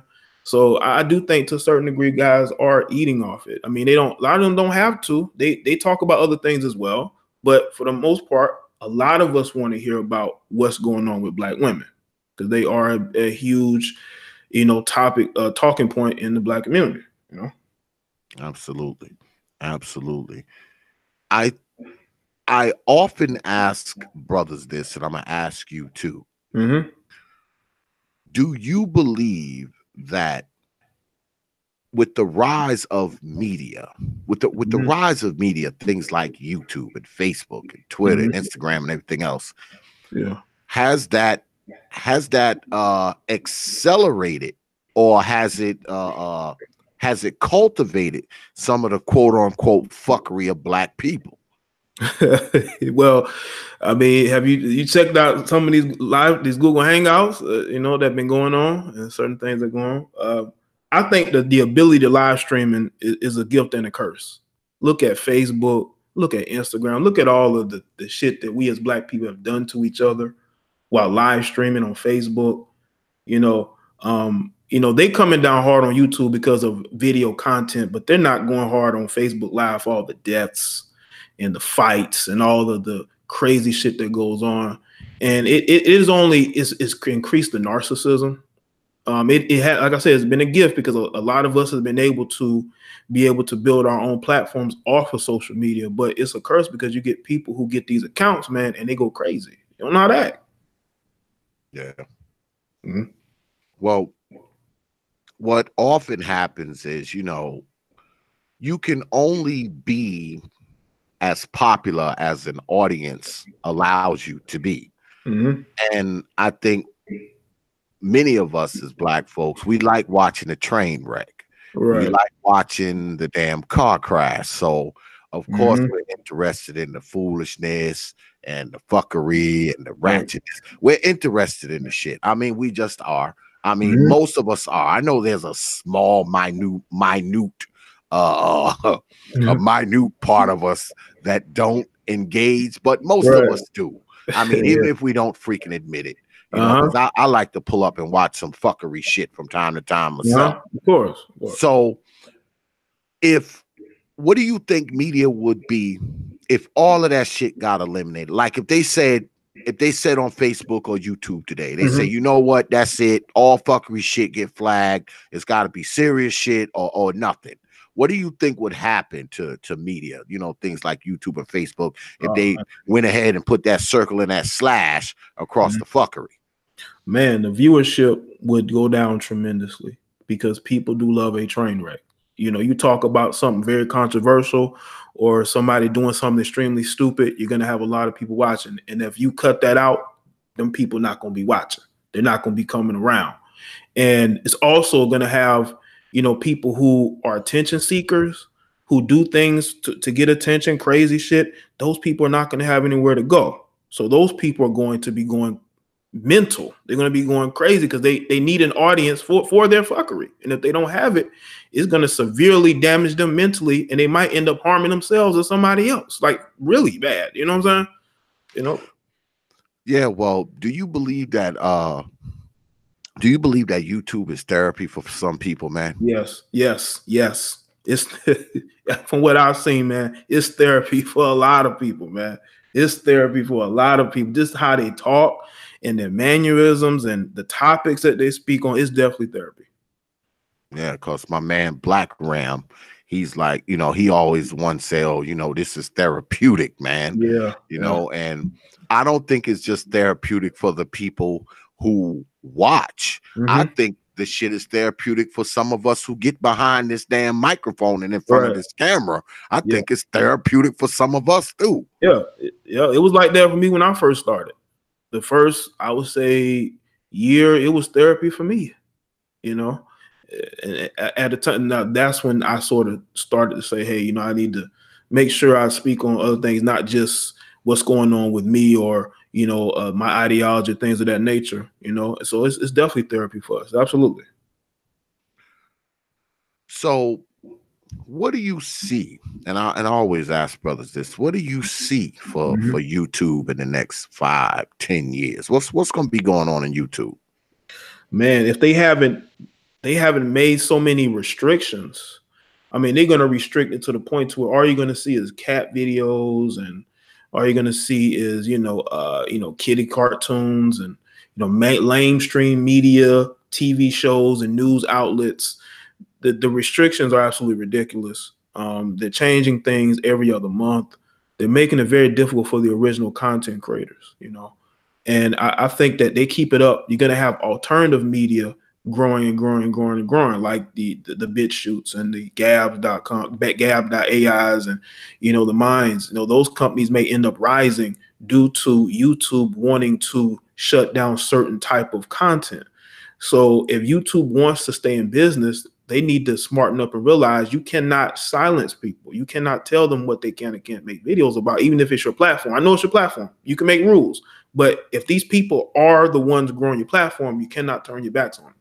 But if they continue on the way that they're going, this platform will be around in 5 or 10 years, probably in 5 years. So do you believe we played a part, you know, and when I say we, I'm talking about, you know, us black YouTube folks. Have we played a part in how YouTube now is? You know, have we stuck the knife in our own leg by, you know, the stuff that we put on YouTube, and now they're, you know, all over us about things we say and titles and monetization and all that kind of crap. Yeah. Well, it all started with the Chief Key video. And I guess a white racist put up a Chief Key video, and they making sounds. They had some type of racist title on it. It all started with his video, and then the Wall Street Journal wrote that hit piece, and they went after the advertisers, and that's what started trickle down effect. Basically, we were a part of that in that sense, you know, in that particular, you know, visually. But if you look at the content that we make and the changes that YouTube has made, it does affect us mostly because a lot of us speak on controversial shit, you know, and because we speak on controversial things, you know, the changes are affecting us monetization wise, flagging wise. Like I done lost 2 channels in this shit. Like it's crazy, you know? Yeah, well, I often say that many times when we find our videos flagged and channels flagged and shit like that, I'm not necessarily convinced that it's all YouTube. Right. Or all, no, of course not. Yeah. You know, it's people who look like us running to YouTube, you know, black folks running to tell white folks on other black folks, which I don't understand. I mean, if ever the word coon or Sambo can be applied, that is the time. When when you got black folks running to white folks telling on other black folks. I mean, that's some of the cooniest shit ever. Yeah, that's cool. So let me ask you about that. I mean, we throw these terms around, you know, not to just segue just like that, but we throw a lot of these terms around: coon, Sambo, sellout, shucking and jiving, and all this kind of nonsense. Do we as black folks, you think that we misuse those terms? Do we just throw them shits around willy-nilly? Oh, I think the coon word has been thrown around so much it doesn't even have any value, because a lot of times not even calling the right people coons. I think people who you said are flagging, who are running to the white man on because they're upset and angry, I think that's definitely cooning. When you do things to your own people, that's cooning. But now if you don't think like this person, that person, you're a coon. You know, I think they've ran that word into the ground so much it has no value. You got white people calling black people coons. And you got and then you got black people who would applaud that shit. Like you had Colin Kaepernick's girlfriend call Ray Lewis or Uncle Tom, and you have black people cheering that shit. And I made a video like, why are y'all cheering this shit?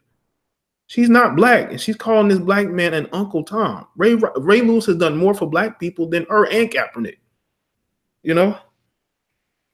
Yeah, I don't know. Well, I'm going to ask you because I don't know the answer to this question. I'm still trying to figure it out.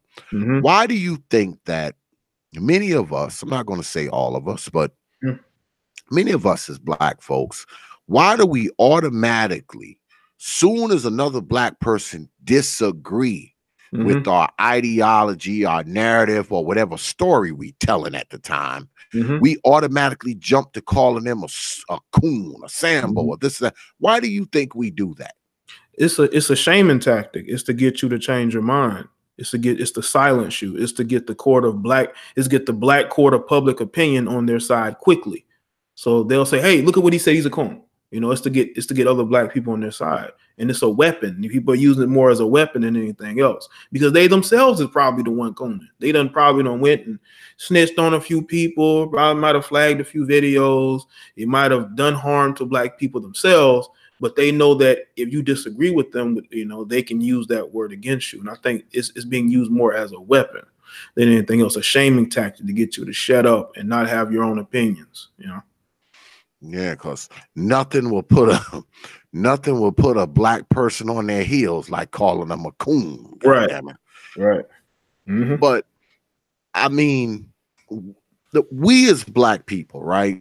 We always talk enlightenment. We always talk about collectivism. We always talk about unity and all this kind of bullshit. You would think that different ideas would be welcomed you know, into a black collective conversation.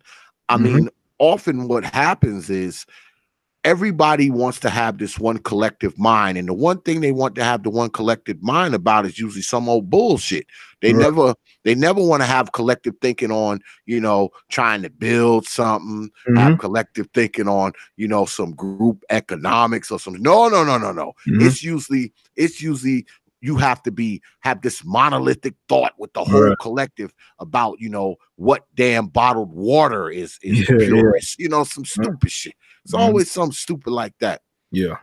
Well, if you had it your way, what would you like to see more of or less of on YouTube? What would you like to see happen on YouTube? I would say the shaming, the calling people names when you disagree with them, the constant arguing with people, the constantly going back and forth. See, I don't go back and forth with nobody because I know that as soon as I say something and hurt their feelings, they're gonna want to flag, you know, and or they, you know, they're gonna want to.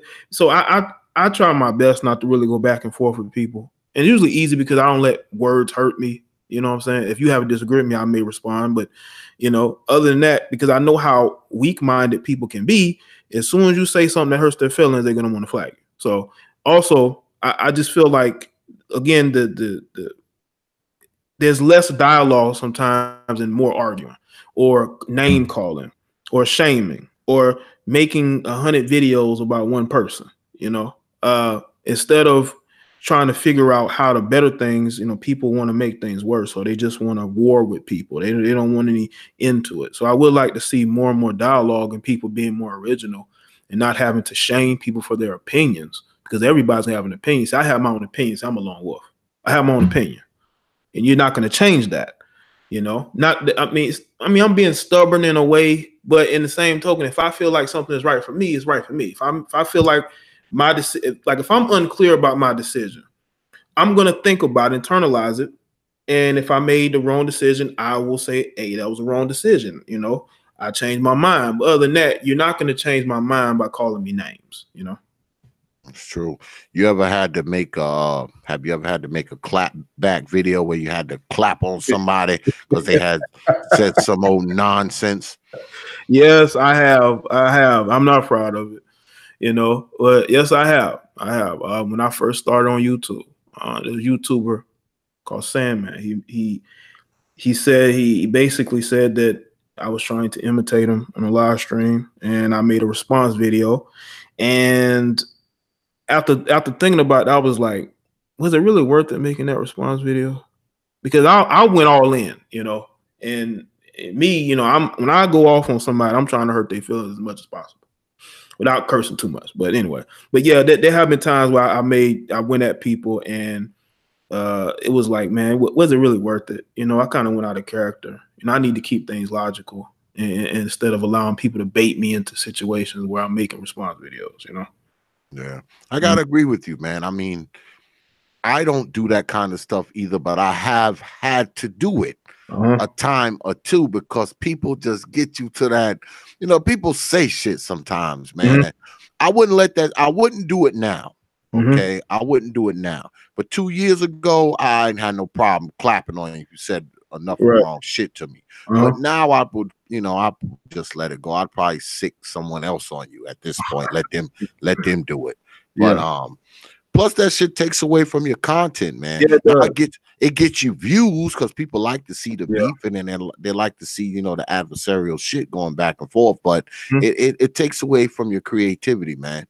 So you know, I try to stay away from that kind of shit. Yeah. So who do you think? And I'm going to ask this question because I asked brothers this question. Who do you think has the biggest problem with your material? Do you think it's the brothers or the ladies that have the biggest problems with some of your material? You know what's interesting is that when I made certain videos, black women would be very upset at me. You know, I got women messaging me about the newest video I posted today. But I honestly, though, surprisingly, it's been dudes that have been the most upset at me. you know, whether I'm not being pro-black enough, or I made a video that they feel like I didn't go as hard on certain topics, or they just no longer want to support me. It's always been a plethora of dudes upset at something I've said, you know, trolling me. It's been dudes, you know. That's why I keep things in perspective and I keep things balanced, because I understand, yeah, you got to call these sisters out, but you got brothers that are dysfunctional too, you know. Yeah. Yep. And many times when you find yourself in a conflict, even when you're speaking, even when you're talking about women, okay, you will find that brothers have a tendency to come at you at a greater capacity than women. Not in every instance, but 9 times out of 10, when you find yourself in a conflict over something you said, it's usually with brothers. You know, because I've had people come on my channel, you know, and I don't really go in like that. You know, I talk about a whole plethora of crap. And I've had people come on my channel and say crazy mess. And it'd be brothers. It don't be ladies. It'd be dudes. And I'm like, damn, like, you know, what this dude, grown ass man, doing up on here trying to, you know, I mean, it's crazy, man. I guess because media, one thing that I hate about media is media gives every single person a voice who wants it.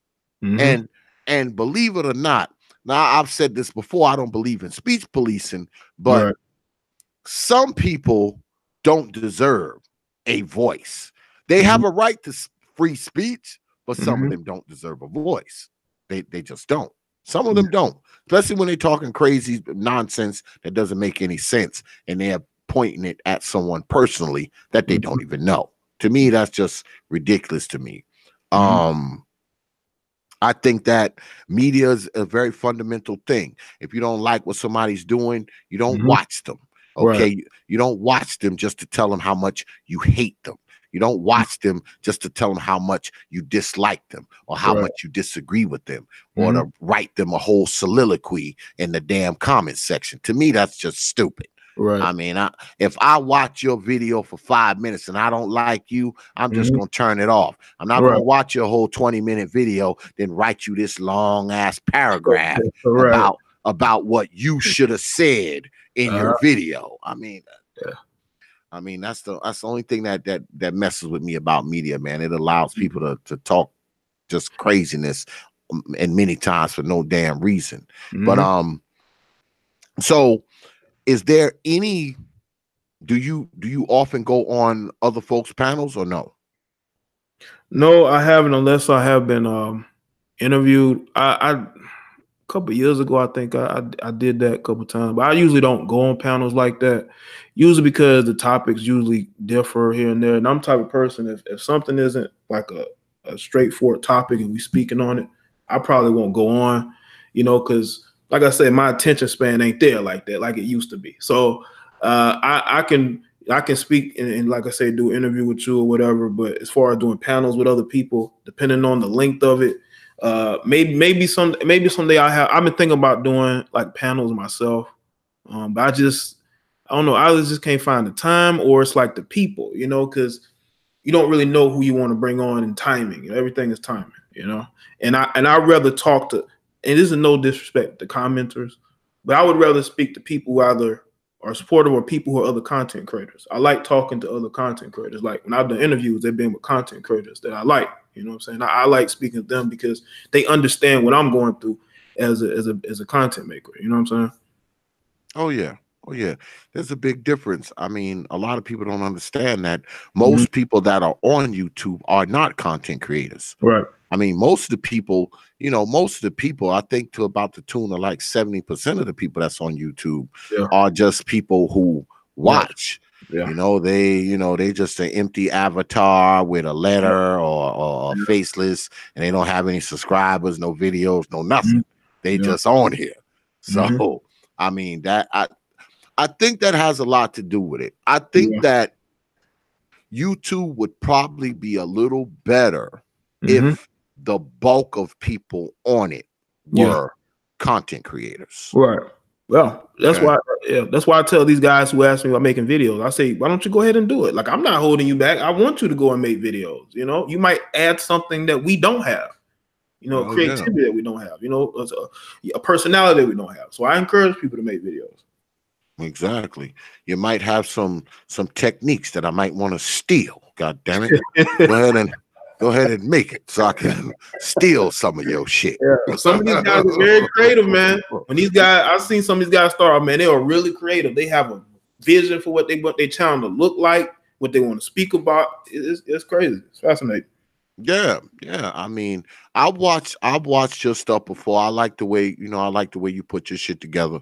I'm aligned with a lot of brothers who put a lot of shit into their shit. See, this streaming shit is something that's kind of new to me. I just started this like maybe a year or so ago. I always made pre-recorded videos ever since I started. Me too. I've always did that. But this live streaming shit, this is something I've been doing for maybe like a year and some change now. So I mean, it's all right, I guess. Yeah. I mean, it takes some getting used to, because I didn't start streaming heavy until like middle of 2017. That's when I really started streaming. And they already had Google Hands, but I just never really was doing it. I was just making, videos, Yeah, well, I do this shit because I enjoy it. You know what I'm saying? I actually enjoy doing it. I get on here, I talk to folks. I done had some of everybody on my channel, and I'm proud of that, and I'm talking shit about it too. I done had some, and my channel isn't big. I mean, I'm right under 2,000 subscribers. I don't have a big channel, but you look through my archives, some of everybody has been on T.P.O.T, and I mean everybody. Yeah. Okay. The only person I didn't have on here was Jaye De Black, and I got Jaye De Black on here tonight. So what y'all think about that? Yeah. Sure. Now, like I said earlier, your channel more covers, from what I've been seeing the last couple of days, maybe I just didn't go back far enough. Your channel is more like news now. Yeah. As of, I would say, about a year straight, that's what it's been. Yeah. So what made you change from what you was doing before? Because I assume you was talking, blackness, black this, black that. Yeah. So a lot of those videos I put on private, either because of the quality of the look or the topics, were too hot for YouTube. Because of course my channel been flagged at least 3-4 times, my Jaye De Black channel. So I've had to sort of figure out, okay, what videos is people, because I had videos about talking about single mother that have been flagged out of nowhere. I talked about this lesbian messing around with a teenager that was flagged. I've had videos flagged for just stupid shit. You know what I'm saying? So I've had to so a lot of those older videos that would be considered controversial, a lot of them, I was speaking on a lot of different things pertaining more towards red pill and MGTOW. I had to put them on private because they were going back and flagging shit. So I had to put it on private. But what changed was I just wanted to do something different. I want to do my own media, like the name of my website is JDB Media. I want to do something more in that direction. So, just sort of to speak on what's going on in the world, my own opinions, but that's basically where I'm at right now. I mean, like I said, it could always change, but that's where I'm at as far as this current metamorphosis, So do you like covering that content better than, far as the? Oh, no. I love to speak on, controversial issues pertaining to Black people or politics. But it has to be a certain type of video. Like I still make videos on relationships at times, dating or whatnot, when I feel inspired to. It just depends on the topic. It has to be the right topic. You know what I'm saying? I don't want to just throw videos out there like I used to. I want it to be a certain topic. I can put all my talking points in there in one neat, video. But other than that, right now, I do like covering sports and what's going on news. And I'm trying to do some more politics with these guys talking about they want to run for president. I want to speak on more of what's going on with them. So yeah, that's basically where I'm at. And I do like making that kind of video, So with the type of stuff that you do now, I mean, Mhm. you could possibly go ahead and transform over to mainstream. Do Yeah. you see that as a possibility for you? I've thought about it. Because I feel like I could. I haven't said any crazy shit or done any crazy shit. I don't mean to curse on your stream that much. Oh, you can curse on here. This is T.P.O.T, man. We say what you Okay. want. I don't censor my guests. Okay. All right. Because when I'm speaking, it just my words come to me. But anyway, I mean that'd be something that'd be interesting. But I want to be me. I don't want to feel like, hey man, you can't talk about. You got a list of things you can't talk about, and that's not me. Like I have to be free to speak my mind. But if the opportunity presented itself and they allow me to be myself, then I would do it. I mean, why not? But I'm not going to change who I am. I'm not going to be supporting all these different liberal policies just cause. If I don't like, this or that, I'm not going to support, this Democratic, person running for president. I'm not going to do that. I'm going to be me. If I feel like this person isn't right, the right person to speak for Black people, I'm going to voice it. I'm saying, hey, this person's a fucking fraud, So I thought about it, but I like doing things more independent. I like being independent though. Well, let me ask you this, because I know what I think about it. Do you think that we as Black men, are we more, should I say, quote unquote, acceptable to people if we have more of a liberal kind of speak? Are we more accepted if we appear to be more liberal as Black men? See, that's the thing. Like I'm more independent, and I the person I support could be either Democrat or Republican, but I'm not going to support you just because you're a Democrat. And I do think that if you are more liberal, you will be accepted. I've seen it a lot. You support, gays doing whatever, guys in dresses going in the same bathroom as women. You're for, two dudes kissing on TV, or, you're for your woman, basically, being over you as a man, aborting children up until conception. If you're for all that, then you're good to go, and I'm not going to be accepting of a lot of that shit, and that's where the schism is. They want you to be supportive of everything. Listen, I'm the type of person, you can live your life the way you want to live it, but you're not going to make me support something if I don't like it, if I feel like it's stupid or I feel like it's regressive, So if you are more liberal, you accept everything, you accept, certain white people clowning you in Hollywood, and you make excuses for them, like Terry Crews, you're going to be accepted. If you emasculate yourself, you're going to be accepted. Walk around in dresses and wigs, you're going to be accepted. So, but that ain't me. I'm not willing to do that. But there are other guys who will do that, but that's not going to be me, Yeah, some people, their souls can be bought.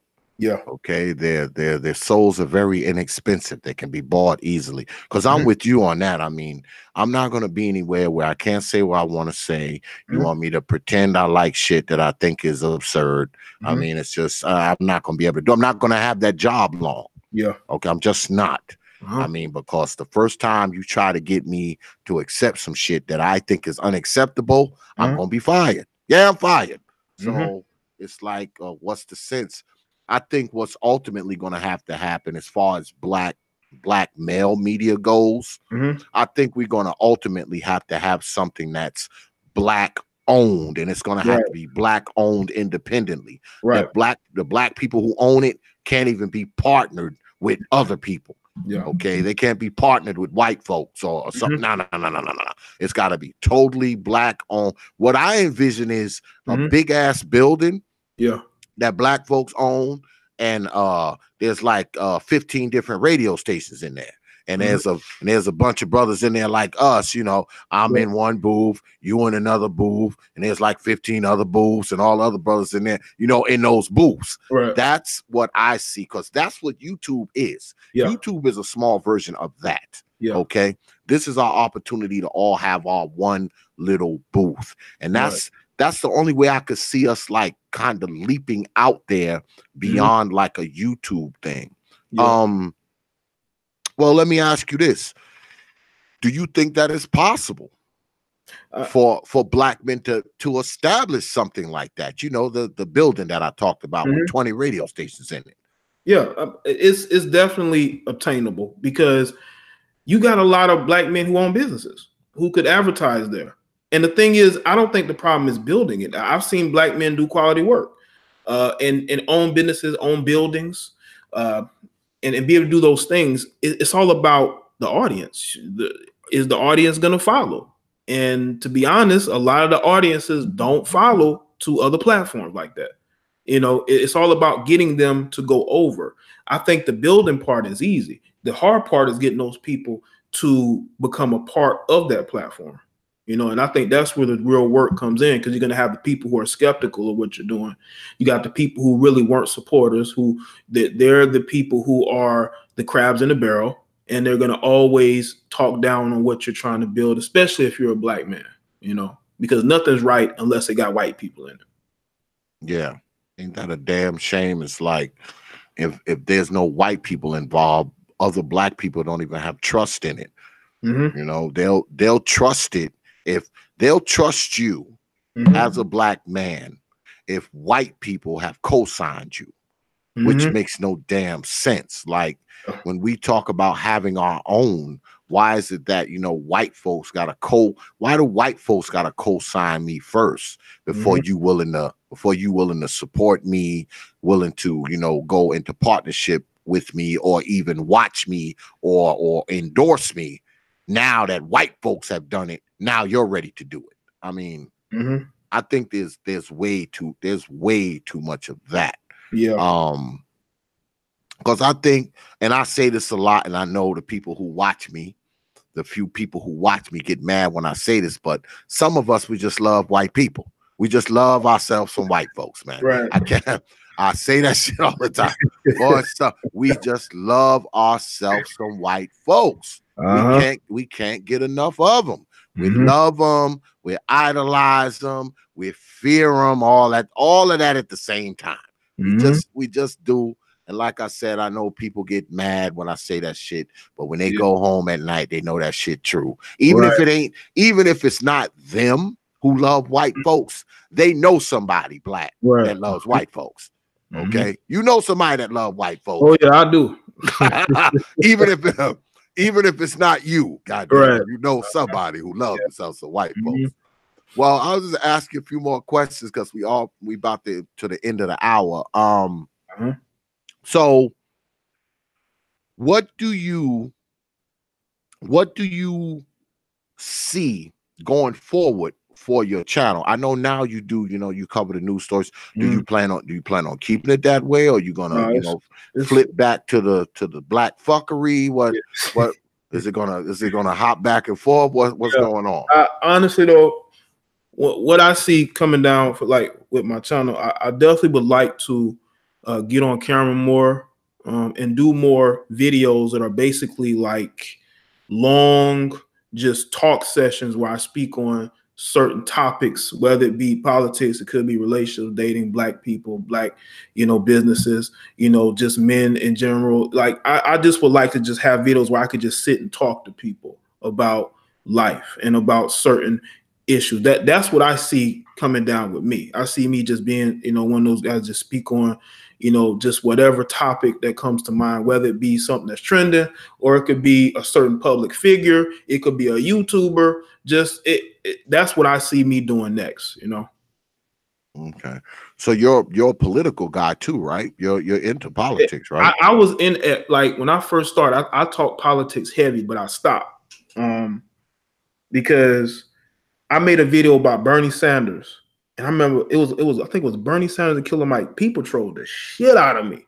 I mean, I had a whole shit ton of thumbs down, and I had all these white people trolling me. I'm like, but Bernie Sanders a Democrat. Why are all these white people in my comment section? But that and that was an eye opener for me. I was like, well, damn. I still would talk politics here and there, but I didn't go full on, you know. But I would like, especially, you know, because of the 2020 election, I would like to speak on what's going on with these guys wanting to run for president. So I would like to speak on that more because it's very prevalent for Black people. This is a very critical time for Black people as far as voting. Like, are you going to vote for these idiots that they got boosting up in front of your face? One of them is a straight up liar, and the other guy, he loves himself some white Jews, allegedly. Mm-hmm. Yeah. Are you talking about Kamala Harris and Cory Booker? Yeah.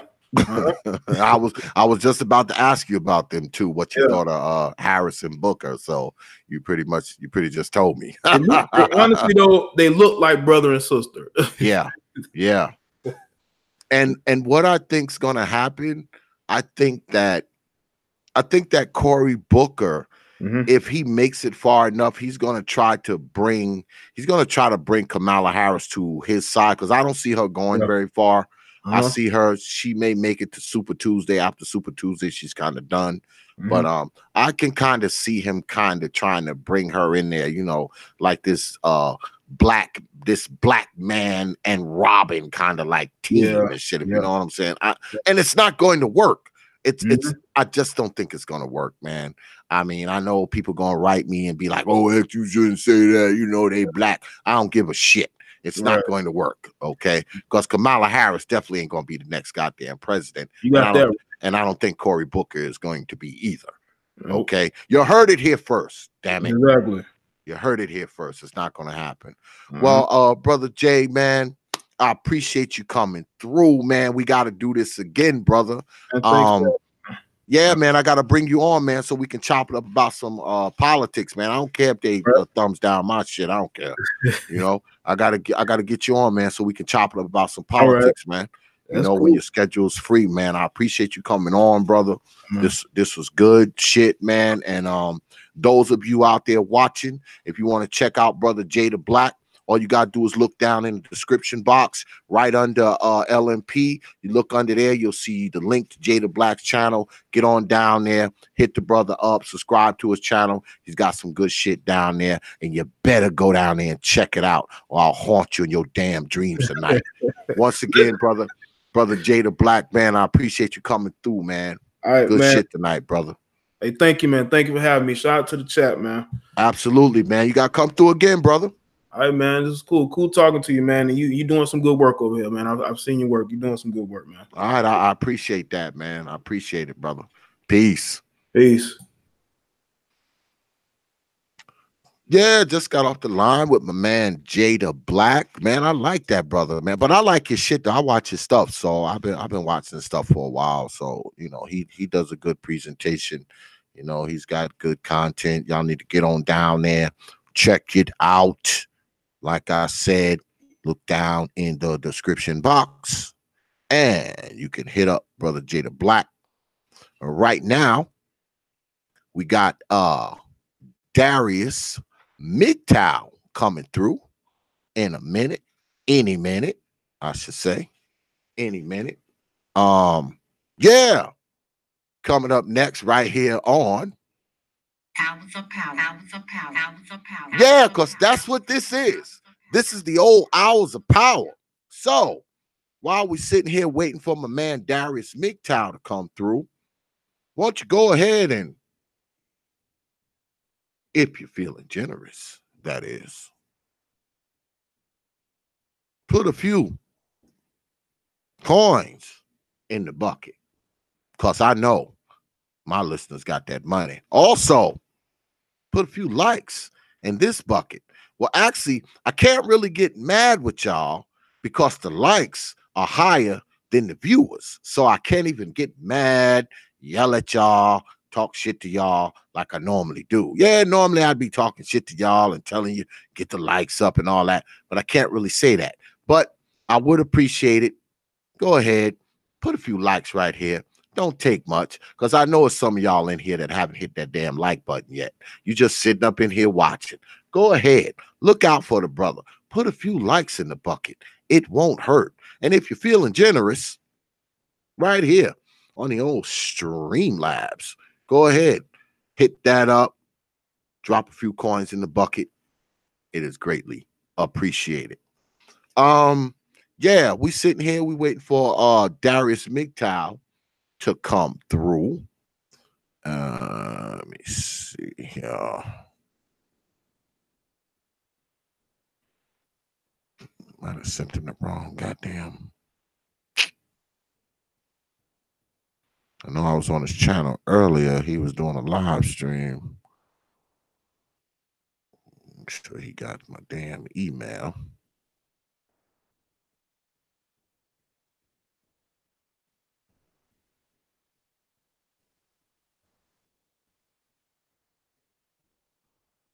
I think I sent him the right link. You know, I don't got on the glasses, y'all. So, you know, shit gets kind of fuzzy up here. Y'all have no idea, boy, how damn fuzzy shit be looking sometimes, especially when I ain't got the specs on. And right now, I don't got them on because I don't even know where they at. I have no idea. I need to put on some glasses so I can find my glasses. Yeah, but I really enjoyed talking to L.M.P. and Jaye De Black. I hope y'all are enjoying it too. These brothers, man, these are some serious brothers, man. They got some serious content as well. You know, I wanted to bring y'all some brothers tonight, you know, that y'all may or may not be familiar with. I figured I'd go a little MGTOW it more on y'all tonight. Now tomorrow we're doing a red pill show. Tomorrow, okay? Tomorrow we're doing a red pill show tomorrow. I'm gonna have a bunch of red pillars. I'm gonna gather up as many red pillars as I can, you know, because I actually have some red pill brothers that I'm aligned with. I'm gonna round up as many of them as I can tomorrow. And tomorrow we're gonna have a straight red pill show tomorrow. And you know it's gonna get wild because some of the red pillars are actually some of the usual suspects that be on here every Thursday anyway. Now you're gonna see some new faces tomorrow. You're gonna see a few new faces. You actually might see a few old faces on here that you haven't seen for a while. But tomorrow the panel is just gonna be full of red pill brothers. So you already know what it is. So you already know what it is. So tomorrow, make sure you be here 9:30 p.m. Eastern time. I might have threw y'all off tonight because we actually started early. You know, usually we start at 9:30, but tonight we started at 8:30 because L.M.P. he wanted to come on early. I had already scheduled Jaye De Black for 9:30, and then I had scheduled Darius MGTOW for 10:30.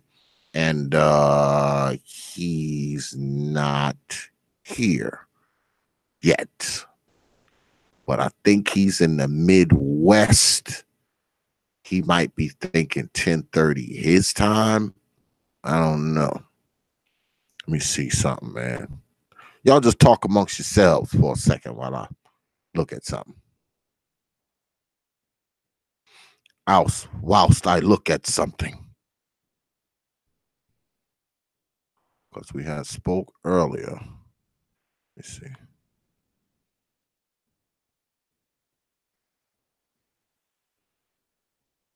Yeah, I gotta. You know, he might have been thinking 10:30 his time. It was 10:30 his time. It would be 11 here, I believe. I do believe, because I think he's in the Midwest. So hopefully, when he look at his email, he'll be like, "Oh, wait a minute, I'm supposed to be over there now."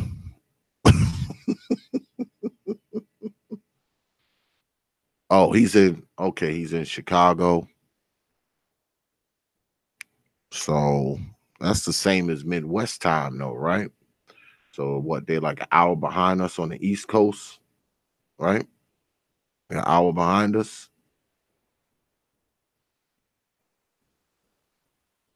So I don't know what happened, y'all. I don't know what happened. I don't know what happened. Something went wrong. Shit happens, you know. It happens to me sometimes. You know, sometimes you're supposed to come up on brothers panels and shit, and you forget the time, and then you gotta write them, you gotta apologize and shit, because you know you told them you was coming and you don't show up, some shit happens at home, you know. So I don't even get upset when shit happens, you know, because brothers have lives, you know, brothers have children, brothers have jobs, brothers have, you know, women, you know, and that kind of stuff. So, you know, I don't get upset when a brother can't make it, because I don't know what he got going on in his life. So, you know, it'd be pretty stupid for me to get all bent out of shape because the brother didn't show up on my platform. You know, so I know life be happening. No life be happening. So I don't get mad with the brothers. I just don't. Because I'm a man too, and I know life be happening, man. Life will mess around and happen out of nowhere. You know, because there was many times I was supposed to do a stream and couldn't do it because something happened. You know, because something happened, and I had good guests lined up in the whole nine, but couldn't do it because life happened.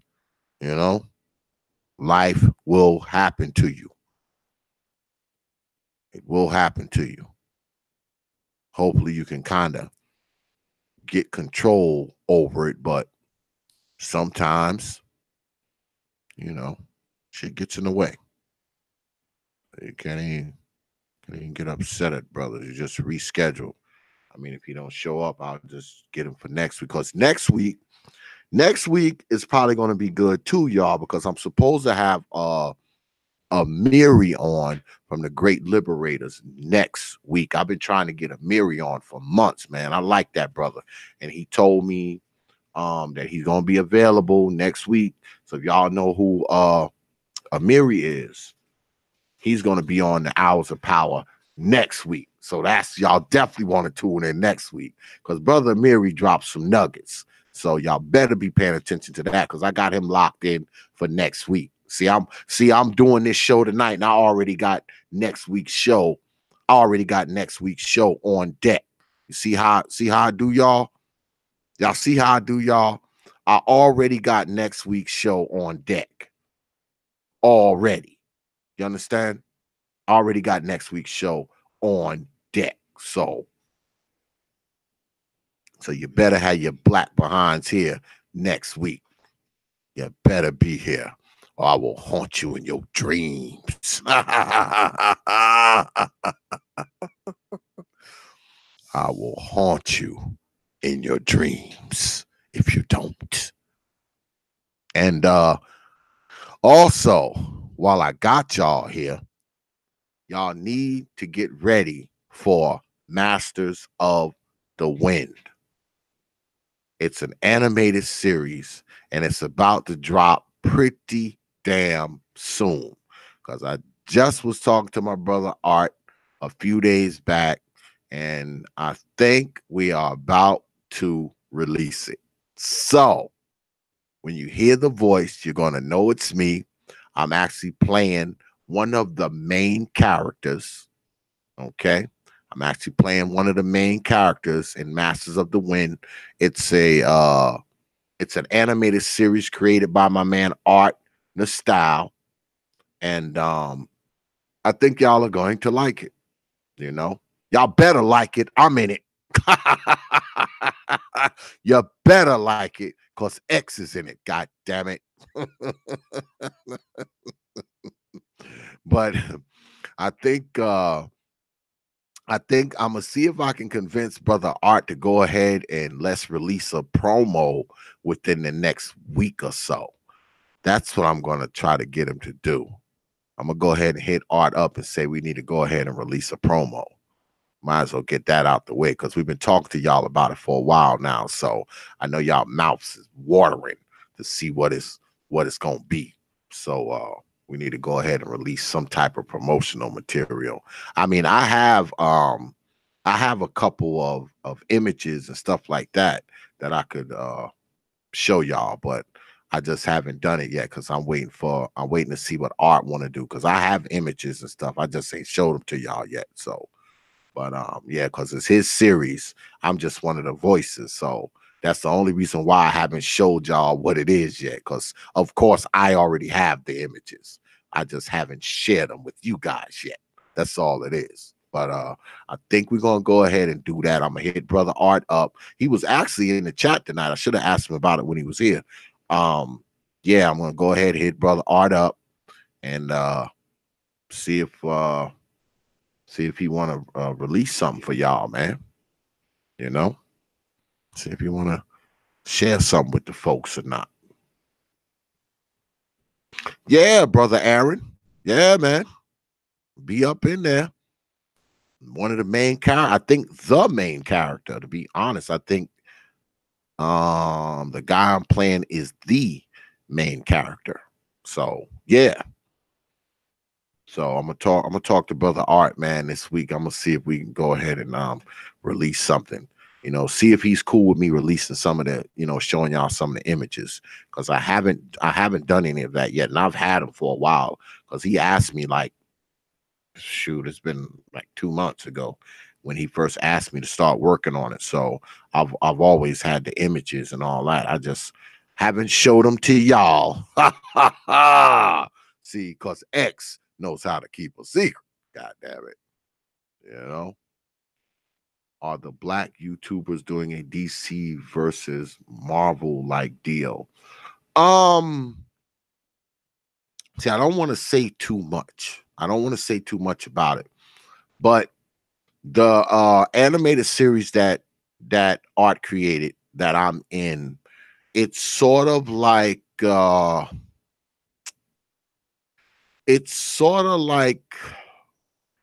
want to say Lord of the Rings type. Yeah, it's more of a Lord of the Rings type thing. Yeah. That's the best way I can kind of describe it.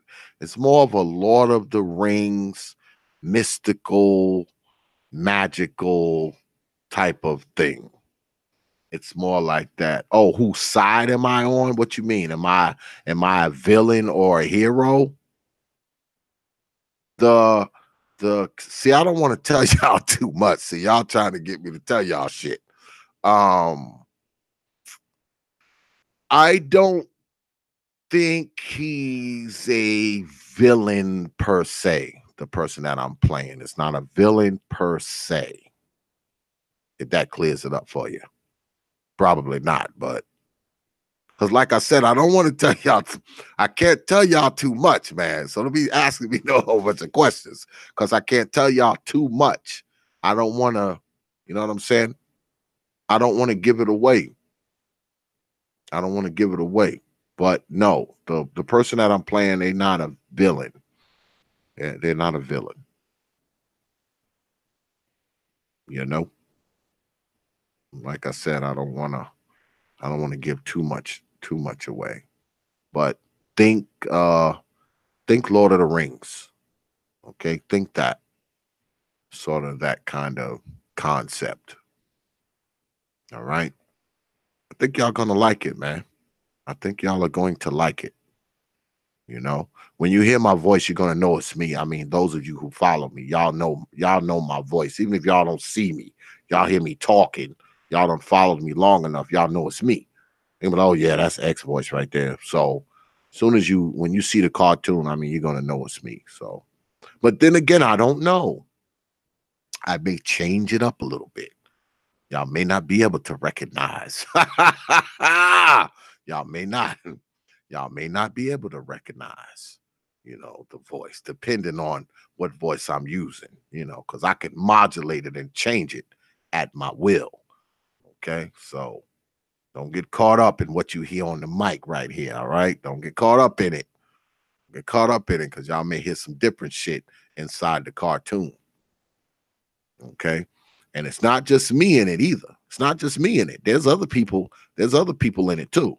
There's other people playing characters too, not just OX. You know, and I ain't gonna tell y'all. I'm gonna let them tell y'all. So I can talk about my shit. I ain't talking about nobody else's shit. All right. That I ain't gonna do. But yeah, be on the lookout for that, man. You know, give y'all a little few different looks, man. Something else to look forward to, something else to look at. I don't know what the hell happened to Darius MGTOW. I said I talked to the brother earlier. That was at, we had talked email.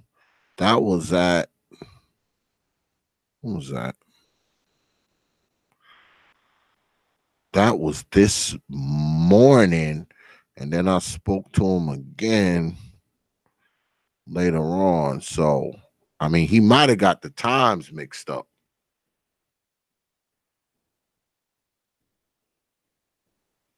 Yeah, he might have got the times mixed up. Because I know he on that Midwest time. He might be thinking 10:30 his time, not 10:30 my time. Because we did speak via email earlier. So I don't, but I do know, I know he did a live stream tonight. So I don't know. I don't know what happened, y'all. Some shit probably went down. I don't know. I know the brother got kids and shit, so maybe something happened with one of his kids or something. I don't know. But that's what I'm thinking. I'm thinking he's thinking 10:30 his time. That might be what happened. No. But like I said, I don't get mad with the brothers when they don't show up because I know life be happening. You be forgetting shit, you know. You be forgetting shit. I mean, this is YouTube. It's not like it's not like, this is the only thing on your mind or in your life, No, brother, New Black. That shit's already in the works, man. It's already on paper, brother. We're not making a movie, man. It's an animated series, man. It's a cartoon, brother. It's a cartoon. A nice ass cartoon, but a cartoon just the same.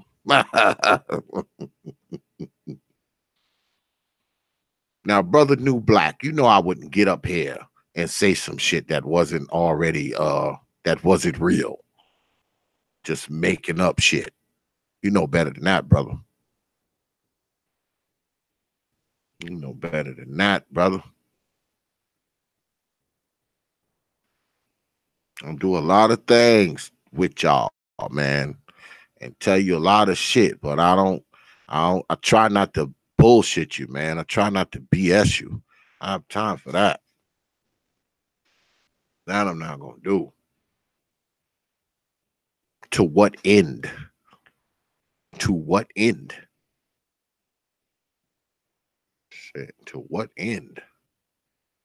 If I gotta bullshit you to keep you watching, I mean, I'm not gonna bullshit you to keep you watching, brother.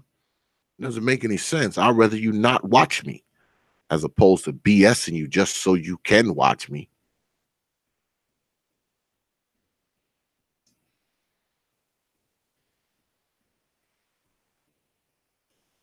I think you guys should use your names to create superhero characters on two sides like DC versus Marvel.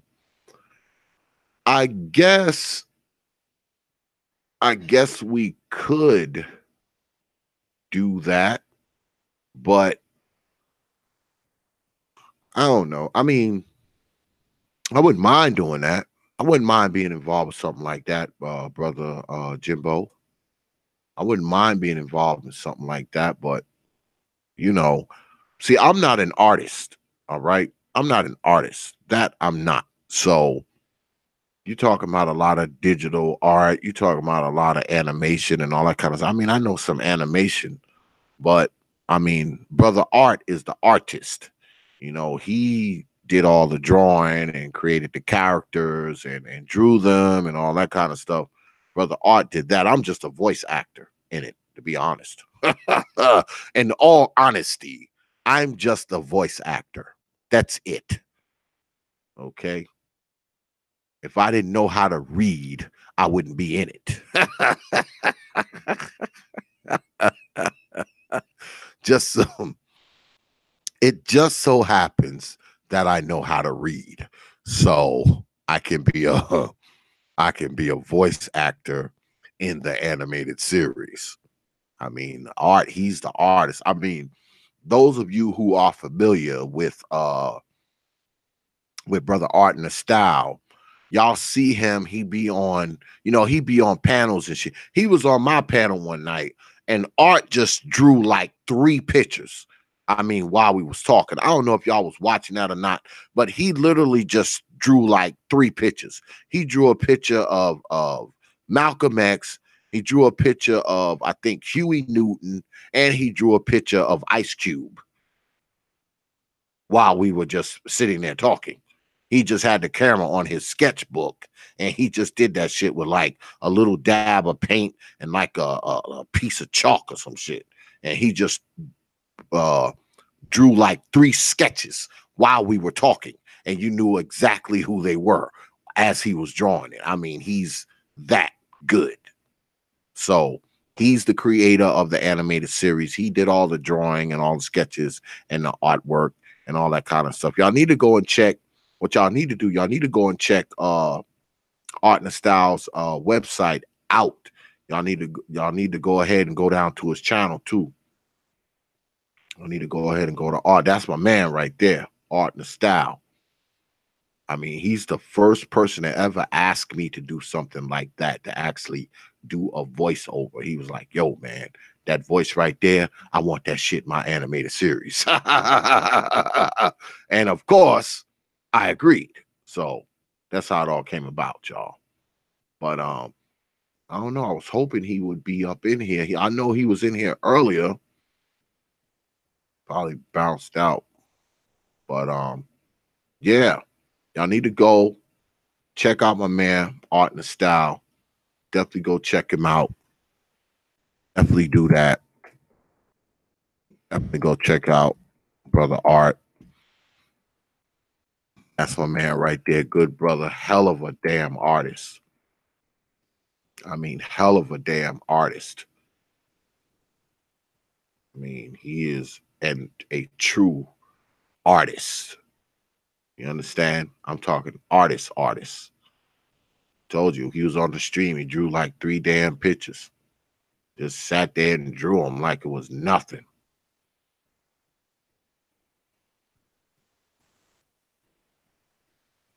That's Art's channel right there.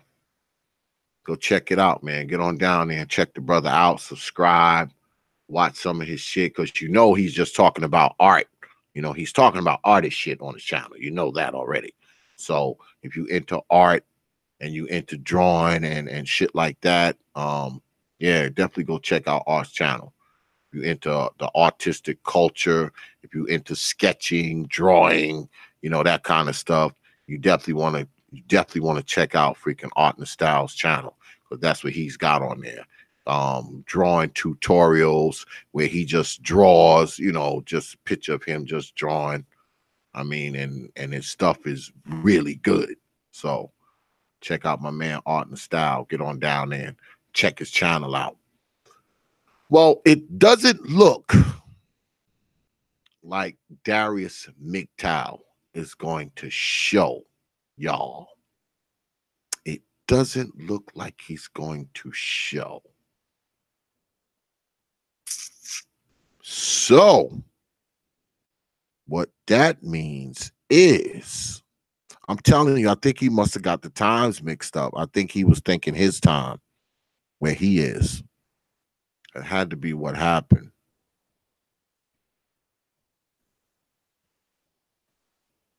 Yeah, that had to be what happened.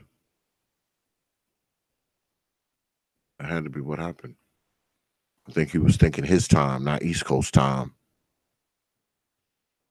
Well, that being the case, I guess we just gonna close out. I guess I'll bring him up here next week. You know, I'll bring him up here with brother Amiri. Yeah, because Amiri from the Great Liberators is gonna be on here next week. So it's gonna be a hell of a show. If I get him, brother Amiri, and someone else up on here, because I like bringing y'all three people, man. I like bringing three people up here on the old. Yeah, I like bringing, you know, giving y'all like three strong hours, you know, three strong guests. That's what I like doing. I'm always good to bring you at least two, but I like to bring y'all three. Yeah, so next week we're gonna go ahead and we're gonna have old Amiri up here on the old Hours of Power next week. Okay, that's going down. I guess we're gonna have to bring Darius McTow up here next week as well, being that the brother got the times mixed up in here. Yeah, being that he got the times mixed up in here.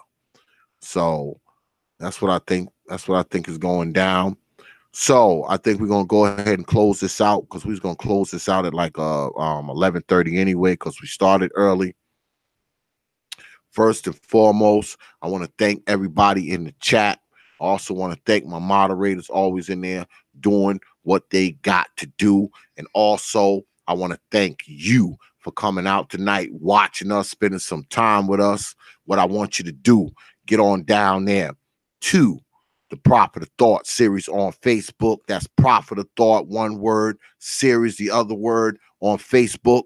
That's our main page. It's a community page. Go ahead, like the page, share the page, follow the page. You can always go down there. You can actually leave me a message. I'll always get back to you within 24 and 168 hours. Go ahead, like the page, follow the page. You can always catch up with what's going on the old T.P.O.T YouTube page as well on that page. Also, while you're on Facebook, you might as well go ahead and go on down to the T.P.O.T bandwagon page. That's a personal page. You can actually leave that page a friend's request. I'll make sure that it gets confirmed quick. And also, while you're there, get on down to the Prophet of Thought series fan group page. That's the Prophet of Thought series fan group page. Go ahead, request to be a member. You're guaranteed to get in there. I promise. If you have any problems getting in there, just drop old X a line and I'll make sure you get in there, because don't feel bad if you can't get in there, because believe it or not, y'all, my shit be getting blocked. My shit be held for review. My shit gets blocked. So if you have a hard time getting in there, just drop old X an email and I'll make sure you get in there. Don't worry about it. Also, check us out on WhatsApp and Instagram. That's Prophet of Thought on Instagram. And here we go again. Here we go again. Get your black behinds down there on Twitter.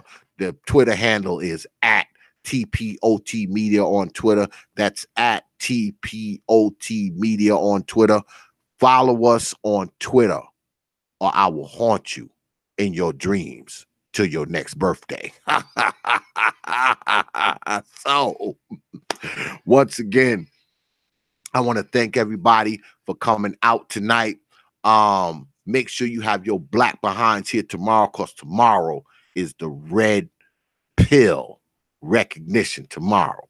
I might even drop a promo video tonight or in the morning. I'm not sure yet, but look out for that. So have your black behinds here tomorrow, 9:30 p.m. Eastern time on DXL on the T.P.O.T YouTube page. You know. So with that, I want to thank my most esteemed guest for coming through tonight, brother L.M.P, Life Machine Power, and my brother Jaye De Black. Like I said, if you want to hit these brothers up, just go ahead and look down there in the description box, and you can find their channels so you can get on down there, check them out, and show them some support. I'm sure the brothers will appreciate it. So, with that, I will leave you with 3 words, like I always do.